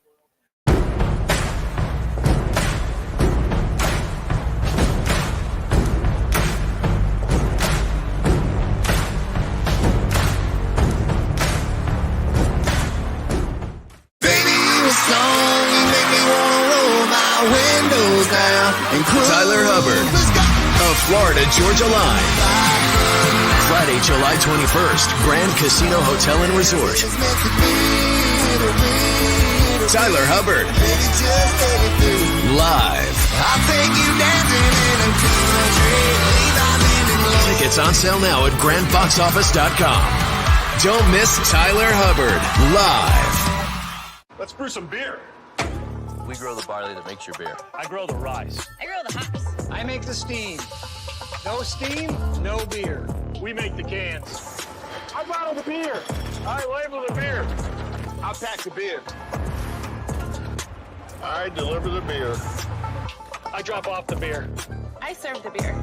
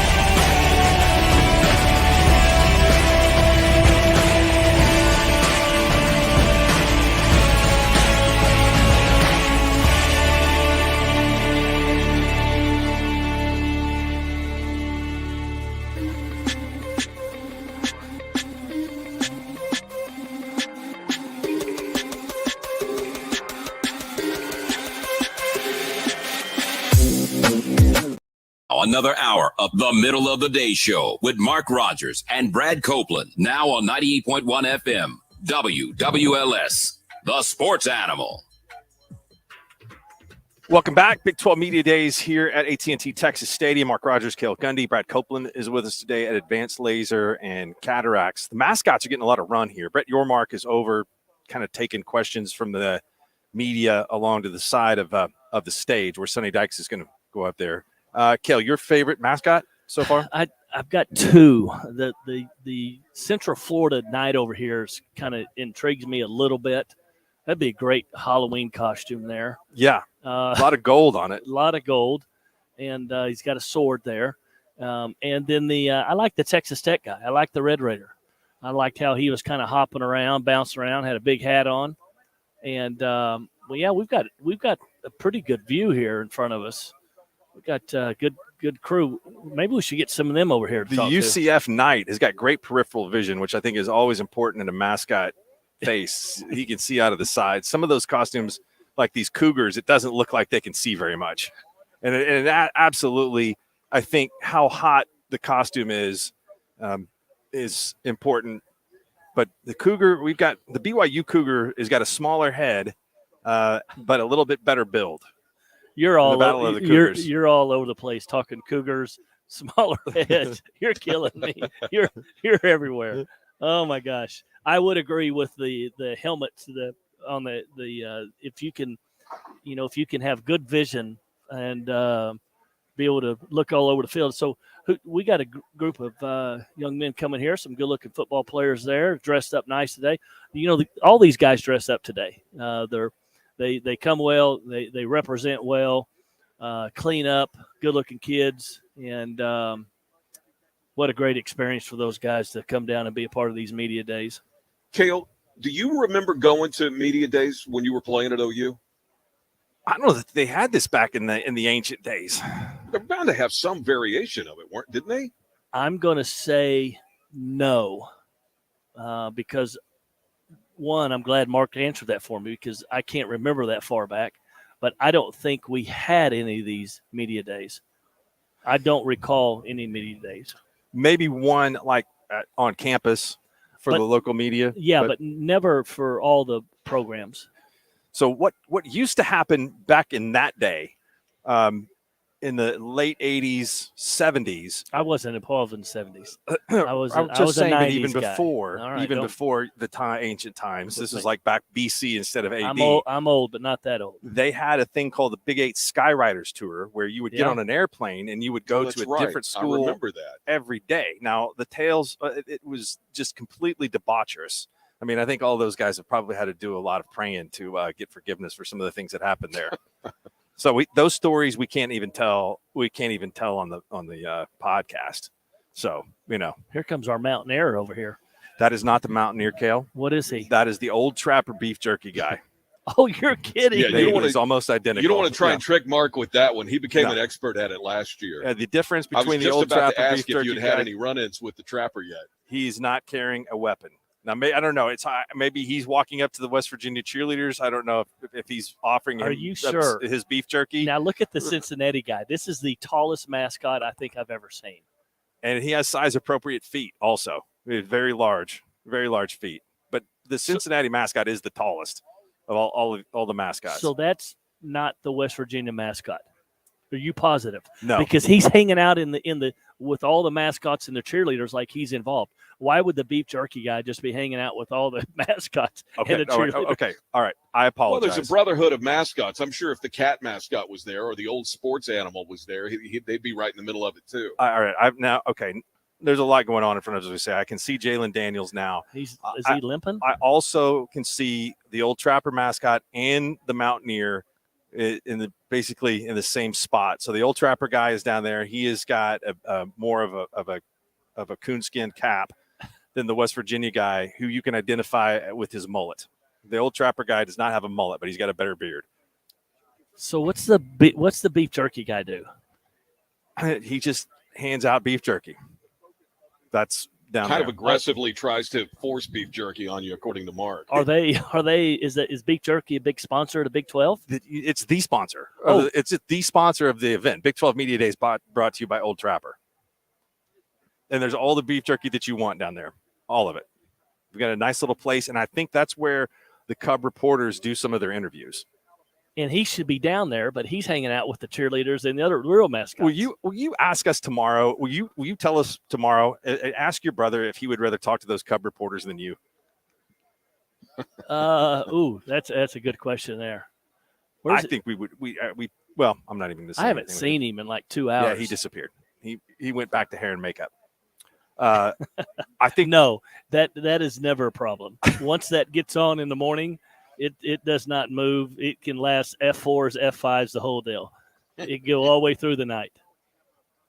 That's important. That's important. Now, was he focused on hair as a kid, like when he was in high school? And I don't know how far behind him in school. I think you were about 3 years behind him. I can tell you at that age, in that 1985, being able to feather your hair was a pretty important deal. And that's what I'm going to ask is, did he plaster it back then, or would it stay in place? It was just natural. It just happened. It was just there.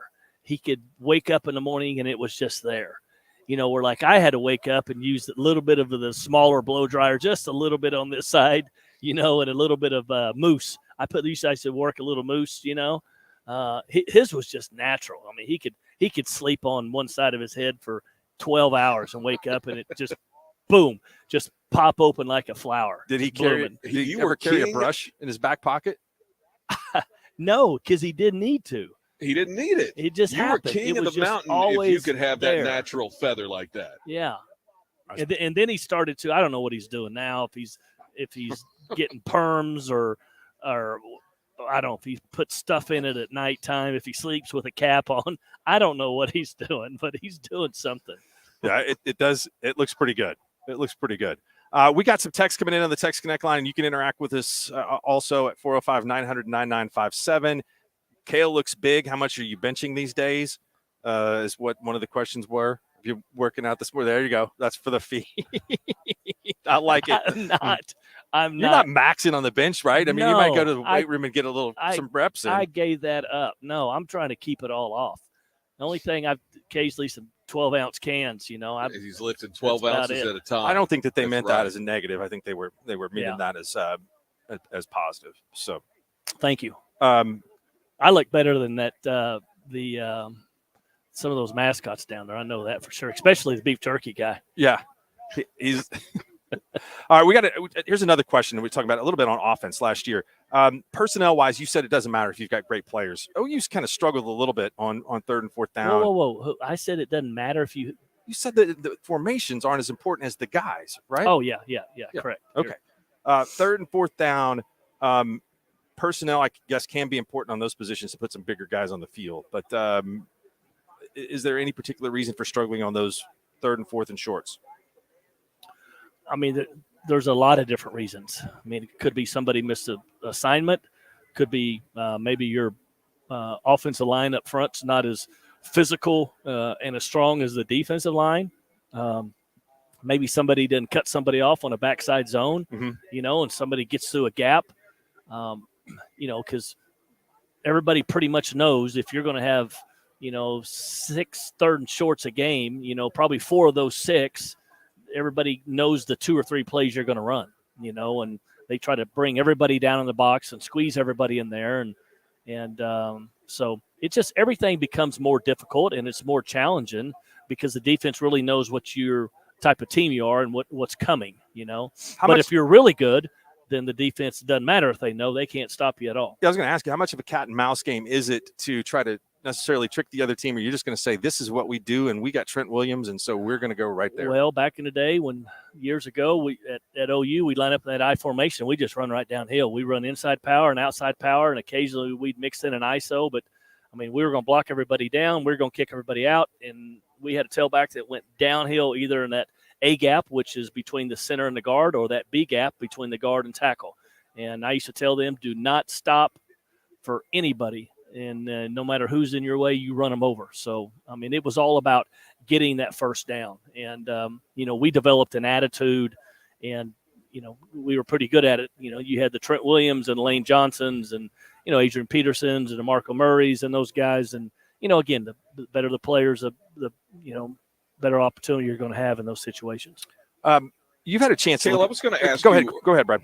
I was going to ask you earlier about TCU when we were talking about TCU and Sonny Dykes talking about the confidence of the team and the confidence in the quarterback. How do you walk that line between confidence being swagger, where you feel like you could beat anybody and run through a brick wall, versus overconfidence, where you're believing your own hype that you don't necessarily live up to as a coach? How do you finesse that in a way that you can get best of both worlds out of your guys? Well, a program like TCU, they hadn't won a championship in a really long time. So, I think as a coach, there's my mascot right there. Yeah, there's a guy Red. I like That's right Red. there. Yeah, he's got a swagger to him. I'm a big fan of him. Yeah. He's got positive written all over him. Sorry about that. But no, I think they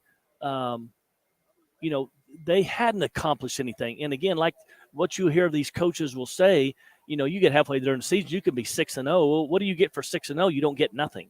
You don't. It doesn't mean anything. You got to win a championship to have a successful season. You have to win a championship, and you got to again now. At OU, when we were winning a bunch, we had a ton of confidence. And our guys, we had some guys, I should say, that were loved to tell you about how good we were. And because we were so good, they could get away sometimes on bad days and have believed too much, maybe more inside themselves, because they were surrounded by a lot of great players.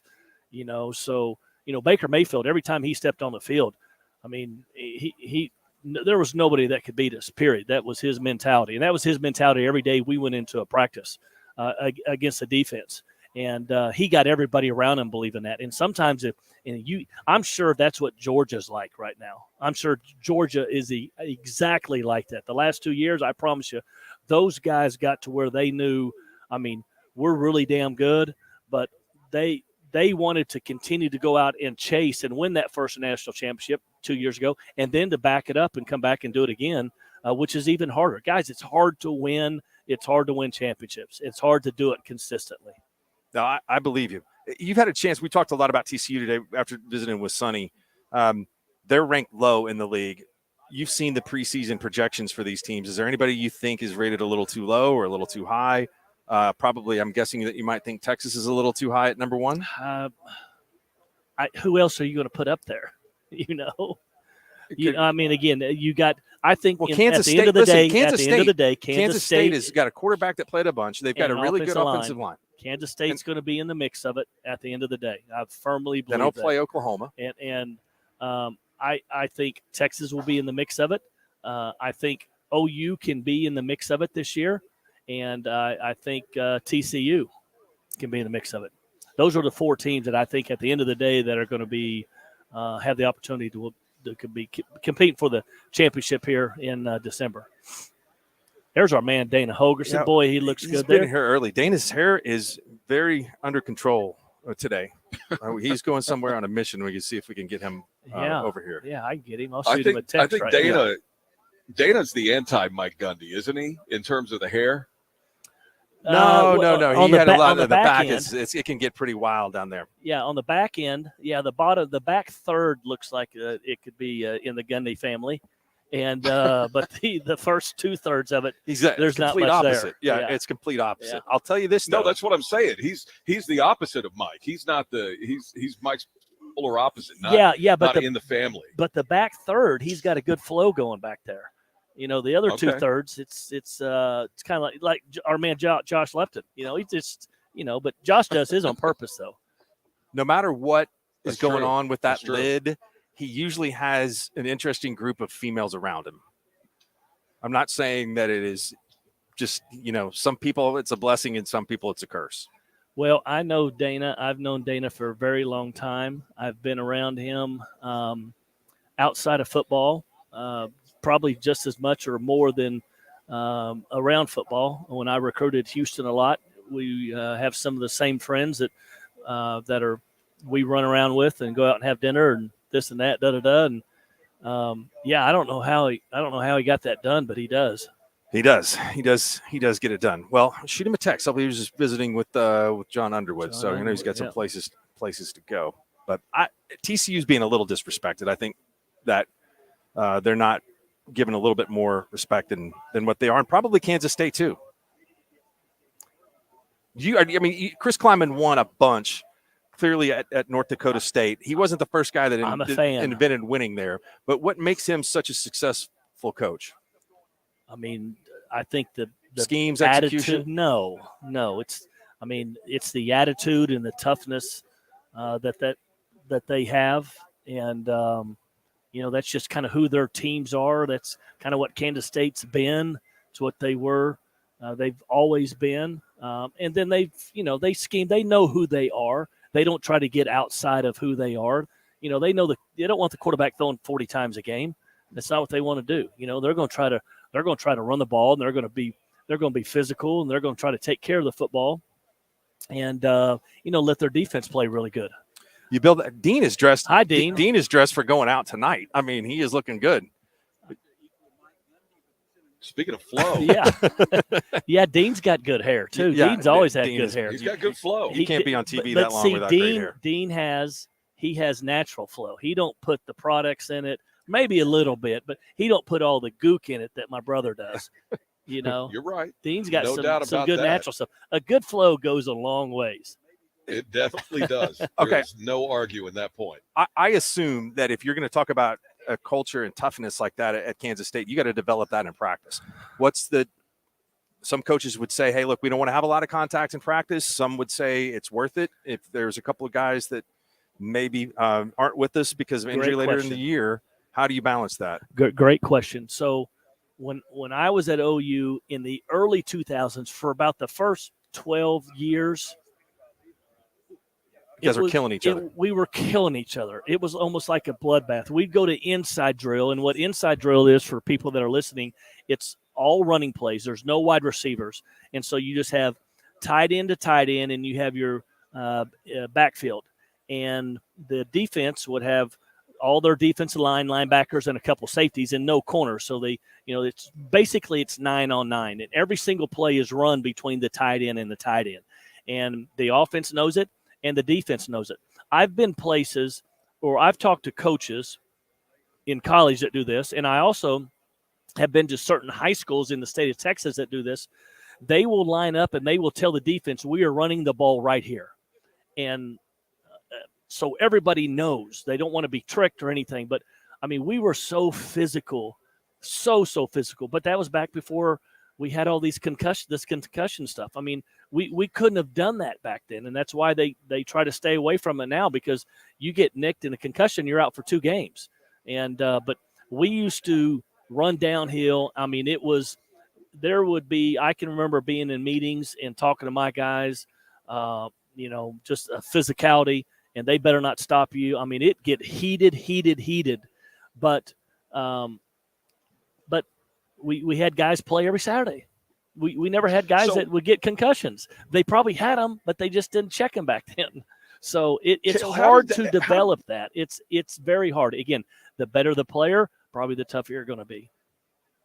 How does that help when you're telling the defense? If you're looking for reaction, I know it's going to help in terms of just the fundamental of tackling. But if you're telling the defense, we're running the ball here, how's that advancing the process? It's just a mindset.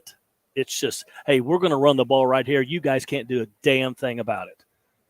Yeah. Defense knows the calls a lot of times, if you're especially in spring practice or situations like that, right? Oh, yeah, they know. When we would go against our defense, they would always have one extra player. There would always be a safety, okay? There would always be a safety that would always fit down, because on defense, you want everybody to be in gaps, okay? So, this defensive lineman's got to be on this right shoulder. This defensive lineman's got to be on this left shoulder. Every gap has to be covered up by the defense. Everybody has to be covered up.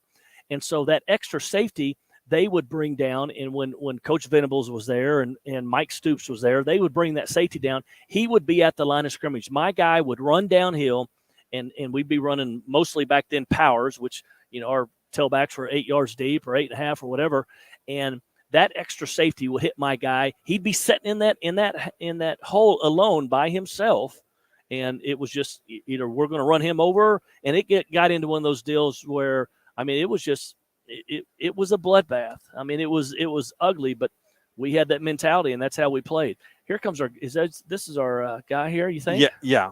Let's hopefully. Well, where's he going? We'll see if we can get him on just wave at him. Oh, that is his. That's the watch. That's the bling there. Yeah, those. Look at what kind of shoes are those, Kel? I don't know. Are they Gucci's? I don't know. I don't shop at that store. No, neither do I. But they're impressive. We'll try to get a visual on that for you here coming up. I like them though. Yeah, those are sharp. All right, let's take a quick break. We're going to try to organize here. We're going to hopefully grab Dana Holgerson or maybe some of the KU play. What about the suit?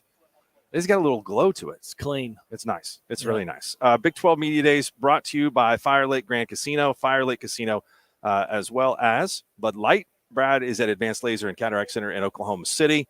We got a little mascot interview action going on right now, which is always fantastic. Stay tuned to the middle of the day show on the Sports Animal. 20.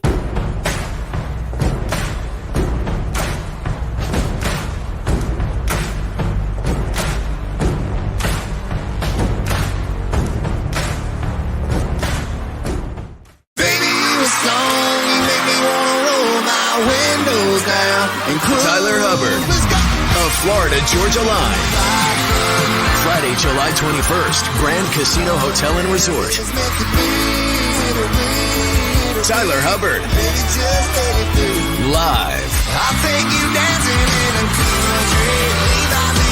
Tickets on sale now at grandboxoffice.com. Don't miss Tyler Hubbard live. Let's brew some beer. We grow the barley that makes your beer. I grow the rice. I grow the hops. I make the steam. No steam, no beer. We make the cans. I bottle the beer. I label the beer. I pack the beer. I deliver the beer. I drop off the beer. I serve the beer.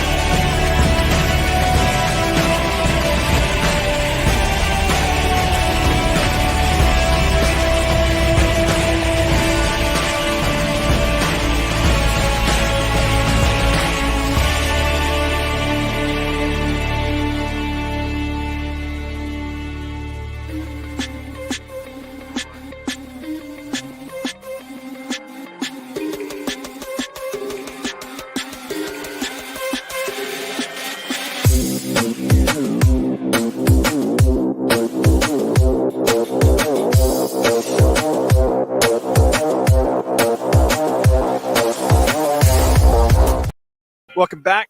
Big 12 Media Days. Mark Rodgers, Cale Gundy, Brad Copeland joining us here on the Middle of the Day show. And looking for a couple more interviews coming up here pretty quickly. Some of the awkwardness that's going on here, I really haven't sensed it that much, but haven't been around to hear a lot of the questioning that's going on. But this is an example. This comes from Josh Calloway's Twitter account. Blaine Brown sent it to me earlier today. It said the Big 12 promo video when Brett Yormark was on stage kind of delivering his opening statement. It said the video touts the conference having won 7 Heisman trophies. 4 of those were, of course, won by Oklahoma, 1 won by Texas, and 1 was won by Nebraska. So 6 of the 7 Heisman trophies won by the conference are not going to be here next year. Who was the one that will be back? Which school had one that's going to stay in the conference? That would be Robert Griffin at Baylor.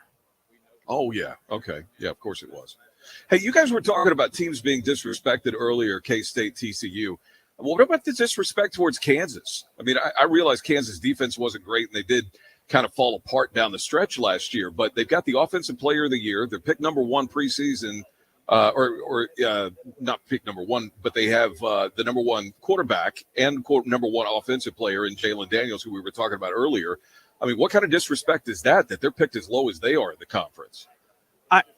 I think if you just talk about scoring, then they would be able to score a ton of points. But I think that's not the problem for them. I mean, 6-7 was a big step for them a year ago, but they didn't stop very many people. So I think that's the biggest problem. Hey, where was their defense ranked? You were talking about Oklahoma being ranked 120. Where was Kansas's defense? Yeah, I'll have to look it up. They were absolutely in that neighborhood of that low a year ago. No, I got it right here in front of me. Let's see. There were a lot of Big 12 teams that were in that same category last year.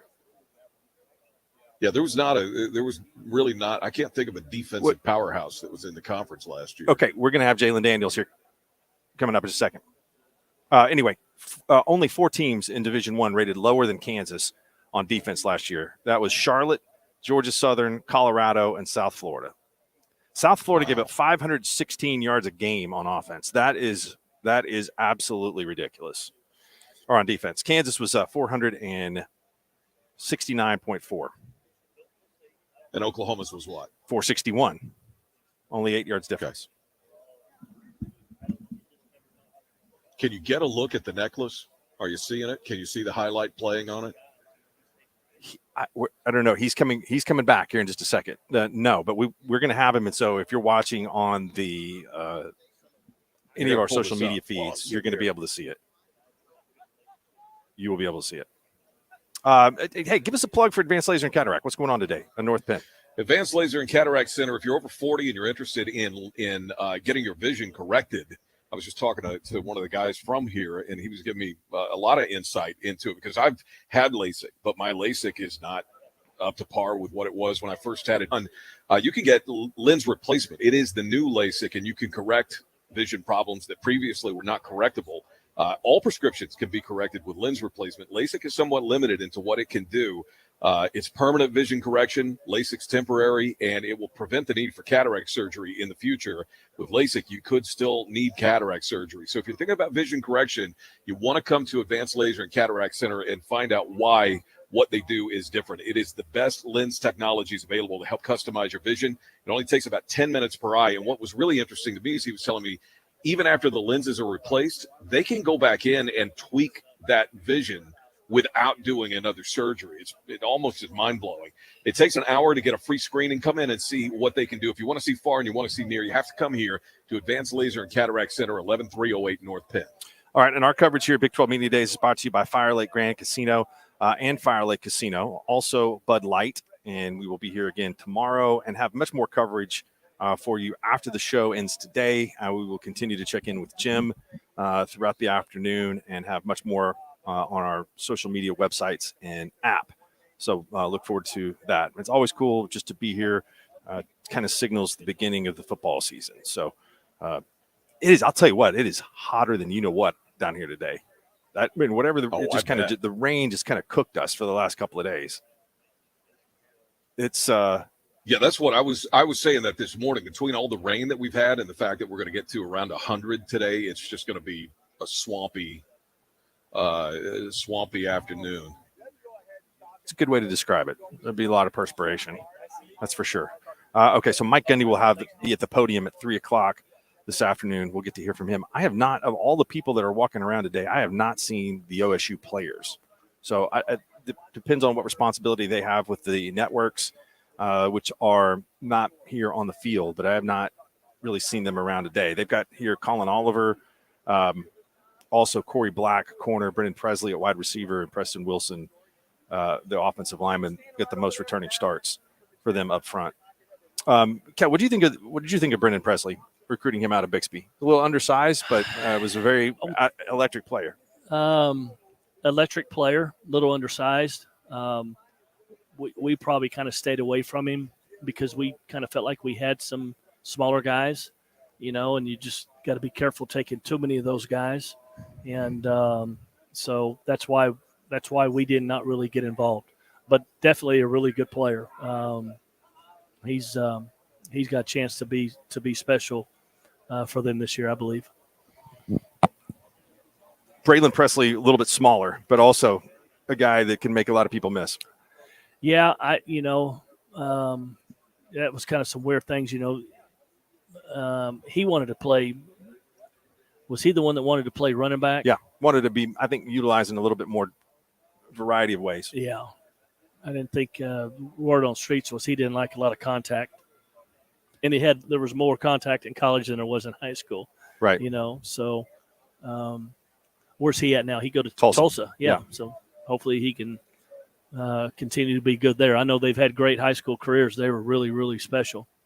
Talented family. Now, I think is there another one? He'll be a sophomore this year. Sophomore. Mm-hmm. You know much about him? I think he's by far bigger than the other two. And he didn't play as a freshman last year, which doesn't mean anything because Bixby had a great team and a great program. But I think there's no question he has the potential to be a Division I player and a really good one. So Hey, Mark, got a powerhouse speaking of high school players, is your magazine out? It is. I'll tweet it out a little bit later today. I've got some advanced copies down here. If you've ordered one, it's probably going in the mail today. And if you want to buy one of the newsstands, it will be out coming up a little bit later on this week. And then I got to get Mike from Chickasha's copy to him. He always gets the first copy. So yes, it is out and ready to roll. Awesome. Pigskin preview. You want to get it? I've got a couple of questions. I want to clarify something. It says Barry Sanders won a Heisman, Mark. Okay. But he won a Heisman in the Big 8. We're talking about teams in the Big 12. So, of course, Oklahoma had other Heisman Trophy winners, too, that weren't in the Big 8 conference. But this is just in terms of who's won Heismans in the Big 12 and who was on the promotional video today. I mean, it's not a bad idea to attach yourself to the Big 8 schools or Barry Sanders or put him in a video and link him to Heritage. But it's always amusing to me that the conference hangs their banner on that. And technically it's accurate, but nobody thinks about what conference somebody was playing in when they won the Heisman Trophy. They think about what school they were playing for. So the fact that Nebraska is still on the tote board is somewhat funny to me. It really is since they've been gone so long, but they were in the league. I mean, they were part of the Big 12. I know. Technically it is accurate. There were some you look back to the Big 8, there were some good football teams back then. I mean, Nebraska was one of the best. Colorado's, OU, OSU, that's strong. The run of Nebraska in the mid-'90s is as good a 2 or 3 year run as anybody's ever had in college football. Yep. I mean, those teams were the Tommy Frazier teams. What they had on offense and defense were incredible. OU, I think, similarly in the mid-'80s as well as the mid-'70s. Dr. Tom, my first football scholarship offer was at the football camp there after my 9th grade year. Pulled me in the office afterwards. That was really my first true time to sit there and visit with Coach Osborne. I was in awe. Did you that necessarily didn't seem like it might be the system that would fit best for you, but I mean, you had to give them some consideration because of the tradition and history, and I mean, yeah, the championships. I mean, they were rolling. They were a powerhouse back then. And gosh, they had great offensive line, but everything was the scheme and everything was different, but their defenses, but you could typically count on them playing or winning a championship or competing for a national championship or that Big 8 championship every year. What's he like when he's recruiting a high school player? I mean, he's always seemed so Tom Landry-ish, and part of that is because of the stature that he had but Barry Switzer had that kind of stature too, but he doesn't present the same way. So when Tom Osborne's trying to relate to you as a high school kid, how does that go? Exactly the same what you see. I mean, what you see is what you get from Tom, Tom, Coach Osborne. I mean, he's that voice does not raise up much. I think it was just more, just the history and the tradition and the, what we can do for you and academically, there was never a lot of enthusiasm with Coach Osborne. Yeah. Hey, we got a text here about Northwestern and their coaches being retained. What were your thoughts on all of the stuff with Pat Fitzgerald? Some of those things I would think really probably ridiculous to be a part of in a college locker room. Yeah. Is that true? If that stuff took place, that's ugly. That's not good. There's always certain things that go on but some of that stuff just is there's no place for it whatsoever. But the coaches are going to be retained. Obviously, the defense coordinator, it looks like, probably will have a chance to become that head coach. And but the tough thing is, those assistant coaches will be retained. If they don't do well this year, or if they don't play really good and win games, they probably won't keep that defensive coordinator next year. And so those assistant coaches will be out of a job. And so they'll probably go out and get another head coach. They're going to have to win 8 games, I think. They won 1 last year. Eek. That's not good, and they're just not going to continue to – those assistant coaches aren't going to be able to stay there. Again, when the head coach leaves, he has the right and the opportunity to bring in who he wants to, just like Coach Venables did. Things can happen in the locker room that are isolated, and I'm sure they get dealt with, and sometimes maybe the coach doesn't know. But any kind of organized – situation like that, Cale, I mean, I would think it's very rare. I mean, yes, very rare. I don't know. I don't even like to really think about it and talk about it. Again, just put yourself in the position. If you're one of the players that was getting hazed, and you're one of the players' dads, and you found out about that's being going on, and your son's going through this hazing stuff.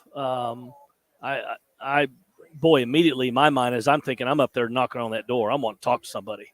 I don't like this. I don't give a damn who you are and what you run here.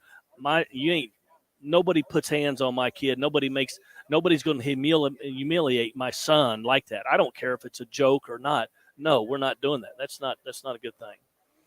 If the reporting on this is accurate, there's no ambiguity to it. It's not one of those things that's like, oh, we were doing that, but we didn't mean what they took it to mean. There is no middle ground with this. The running thing with the dry humping and all that stuff, I don't see any way, there's no wiggle room there to try and excuse that and say, oh, well, that's bonding, that's teammate. There's no place for that. And I think my immediate thought was exactly what you said, Cale, and that is, what if that was your kid? So even if you can find a way to try and rationalize in your mind that boys will be boys and that's what goes on, if that was your kid, there's no way that you would say that same thing. Yeah, that's completely accurate. I think that they made the right move, even if it was a move of delayed reaction to wait the weekend before they let him go. Let's take a break. Brad is at Advanced Laser and Cataract Center. We are here in Dallas at Big 12 Media Days at AT&T Texas Stadium, and you have got the middle of the day show tuned in. Stay tuned.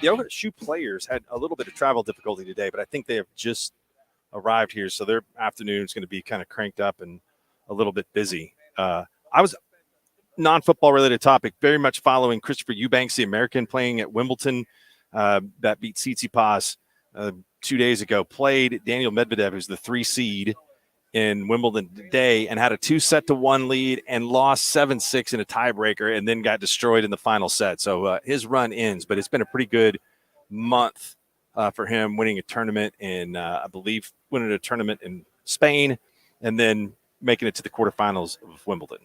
It's pretty cool. But the last American on the men's side.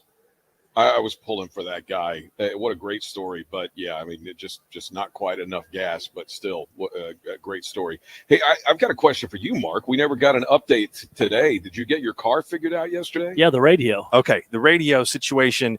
I do have a speaker in the car, but it was still messing with my head because I would be adjusting the radio instead of the speaker. And so last night when I got here, after the car was running for about 3 hours and change, I heard a faint static because the radio was tuned into the station. And so there's no signal at 98.1 here. And so I thought that's a positive sign. So I did switch the signal on to satellite radio. And on a level of 1 to 40, I had probably about an 8 volume. And I was trying to turn it with a knob. I was trying to turn it up on the steering wheel, and it would not respond. And I did take it by AutoZone. And the guy there just looked at me and he said, "Not a fuse." Don't know. I think he was afraid to deliver the bad news. I was going to say a fuse. It wasn't the fuse, but we did not reach the fuse box. You know that, or that's just what he told you? You believed it was his opinion. Maybe he didn't even know. We couldn't find the fuse box on the car. I was in a little bit of a hurry. I had the speaker, so I feel like I'm going to deal with this long-term program. Custom Sounds in 10, a big sponsor of the station. I think I can take it in there, and they can probably help me. They will. My brother said, almost recommended that yesterday. But I didn't have time to go over there and get that done before I left. My brother told me he had an issue with the radio and the car, and it ended up being an electrical system issue, and the car was in the shop for 3 weeks. This is what stinks, is this car is almost paid for, and I was really looking forward to driving it when it was free. and hopefully I can still do that. So what did you do on the drive down? I had my phone plugged into a Bluetooth speaker. Yeah. I was able to listen to music, which I could have listened to podcasts did you have headset on? No. You know the people I don't even they don't have, their speakers don't work in the car. Sometimes they have the headset on. I don't even have the ear pods either. Earbuds. What is that? Lupton was trying to convince me into buying some of those, but no, that scares me. It frightens me to think I'm going to drive with a set of headphones or earbuds in. I agree. You can't listen to what's I don't because like that's the idea of it. Too high a concentration. This is a fairly big speaker. I didn't seatbelt it in, so I was pretty careful not to let that thing go airborne. Like a boom box almost? Kind of, yeah. Yeah, is it like a Radio Raheem thing? What do you got? No, it's just a big speaker. I got it in some golf tournament one year. It's pretty impressive. It'll resonate through the house. So it was more than enough to listen to in the car. So I feel like I'm in pretty good shape until, I have to get back. And I was worried about you yesterday because I can't think of many things worse than having to drive all the way to Dallas with nothing but your own thoughts. No, I would have had to probably pull over and stop for a couple hours and get some human interaction. Well, you get the good thing about going up and down I-35, you can always pull over at a casino about every 20 or 30 miles. Yeah, until you get to Texas. That's That's right. We could have got some accident there. But anything else that we missed today? Any other sports issues that are going on in the world? What about the All-Star game? What about the All-Star baseball game? That was great. Yeah. It was really, really good. A lot of competition. That's the best All-Star game. It's not close. As a former baseball player, I'm still blown away to watch these. I love how they just put in, pitcher after pitcher after pitcher after pitcher. And these guys are throwing 98s, 99s, 100s, 101s, 102s like it's nothing. And on the flip side of it, that the guys up there swinging the bat can hit it. It's just. Have you guys? That's crazy. Somebody turned me on to this over the weekend. Have you guys watched any of the videos of the wiffle ball guys throwing to the baseball, the major league players? No. It's on YouTube. It's unbelievable. It's professional. I guess professional. I don't know what else they would be. I don't know how much money they're making playing wiffle ball, but these guys can make these wiffle balls do pretty much anything they want to. And the Major League Baseball players get so angry because they don't know how to judge the thing. It's phenomenal. I have up at Grand Lake, up at Shangri-La, they have a facility called the Anchor, and they have have you seen it, Mark, up there? Mm-mm. They have a mini Boston Red Sox Green Monster wall and a field. And last summer, not this summer, but last summer, they were playing a game up there, and they had a wiffle ball teams come in, and they were playing a wiffle ball tournament. Yeah, I mean, it was like a big deal. But this is a miniature. It's a turf field. But it's a miniature in where you could just literally you could hit it and it goes over the green monster. Oh, it's a cool. That's got to be really cool. Now I've seen wiffle ball pitchers throw wiffle balls to wiffle ball batters where they've got that. What's a strike back there? You can tell it's only a strike if it hits that backstop. That's pretty cool. But the competitiveness of those at bats in the game was what makes the All-Star game great. And it goes down to the final out last night where you got Kimbrel pitching to Ramirez and you got him. I mean, and all of those, you never know what's going to happen. You got to bring your best stuff because it's a great hitter with a great pitcher going every time. And I think that, I'm sorry, if you don't like the Major League Baseball All-Star game, there's something wrong with you. It's really good. I love it. It was fantastic. Brad, tell us one more time what's going on at Advanced Laser and Cataract Center. Advanced Laser and Cataract Center is the place you want to go. If you're thinking about vision correction, this is the vision correction of the future. Lens replacement is the new LASIK. If you're over 40 and you've thought about having LASIK, you need to look into lens replace because it can offer vision correction for all prescriptions. LASIK has some limitations. They can't correct every single option. Lens replacement has a much better track record in regards to that. It's a permanent vision correction. LASIK is temporary. It will have to be redone depending on how old you are at some point. And it eliminates the need for cataract surgery in the future. So come in. They will give you a free exam and show you how they can help you. It takes about 10 minutes per eye for the surgery. The screening exam takes about an hour. And like I said, that's free. So call them at 405-755-7700. You can go online to alcok.com. It's Advanced Laser and Cataract Center. If you want to see far and you want to see near, you have to come here at 11308 North Penn. Totally vouch for Dr. Bellardo. Does a great job. I highly recommend him. We will be breaking in with Jim for some coverage from here in Big 12 Media Days in Dallas. So continue to stay tuned to your leader in sports, 98.1, The Sports Animal. The college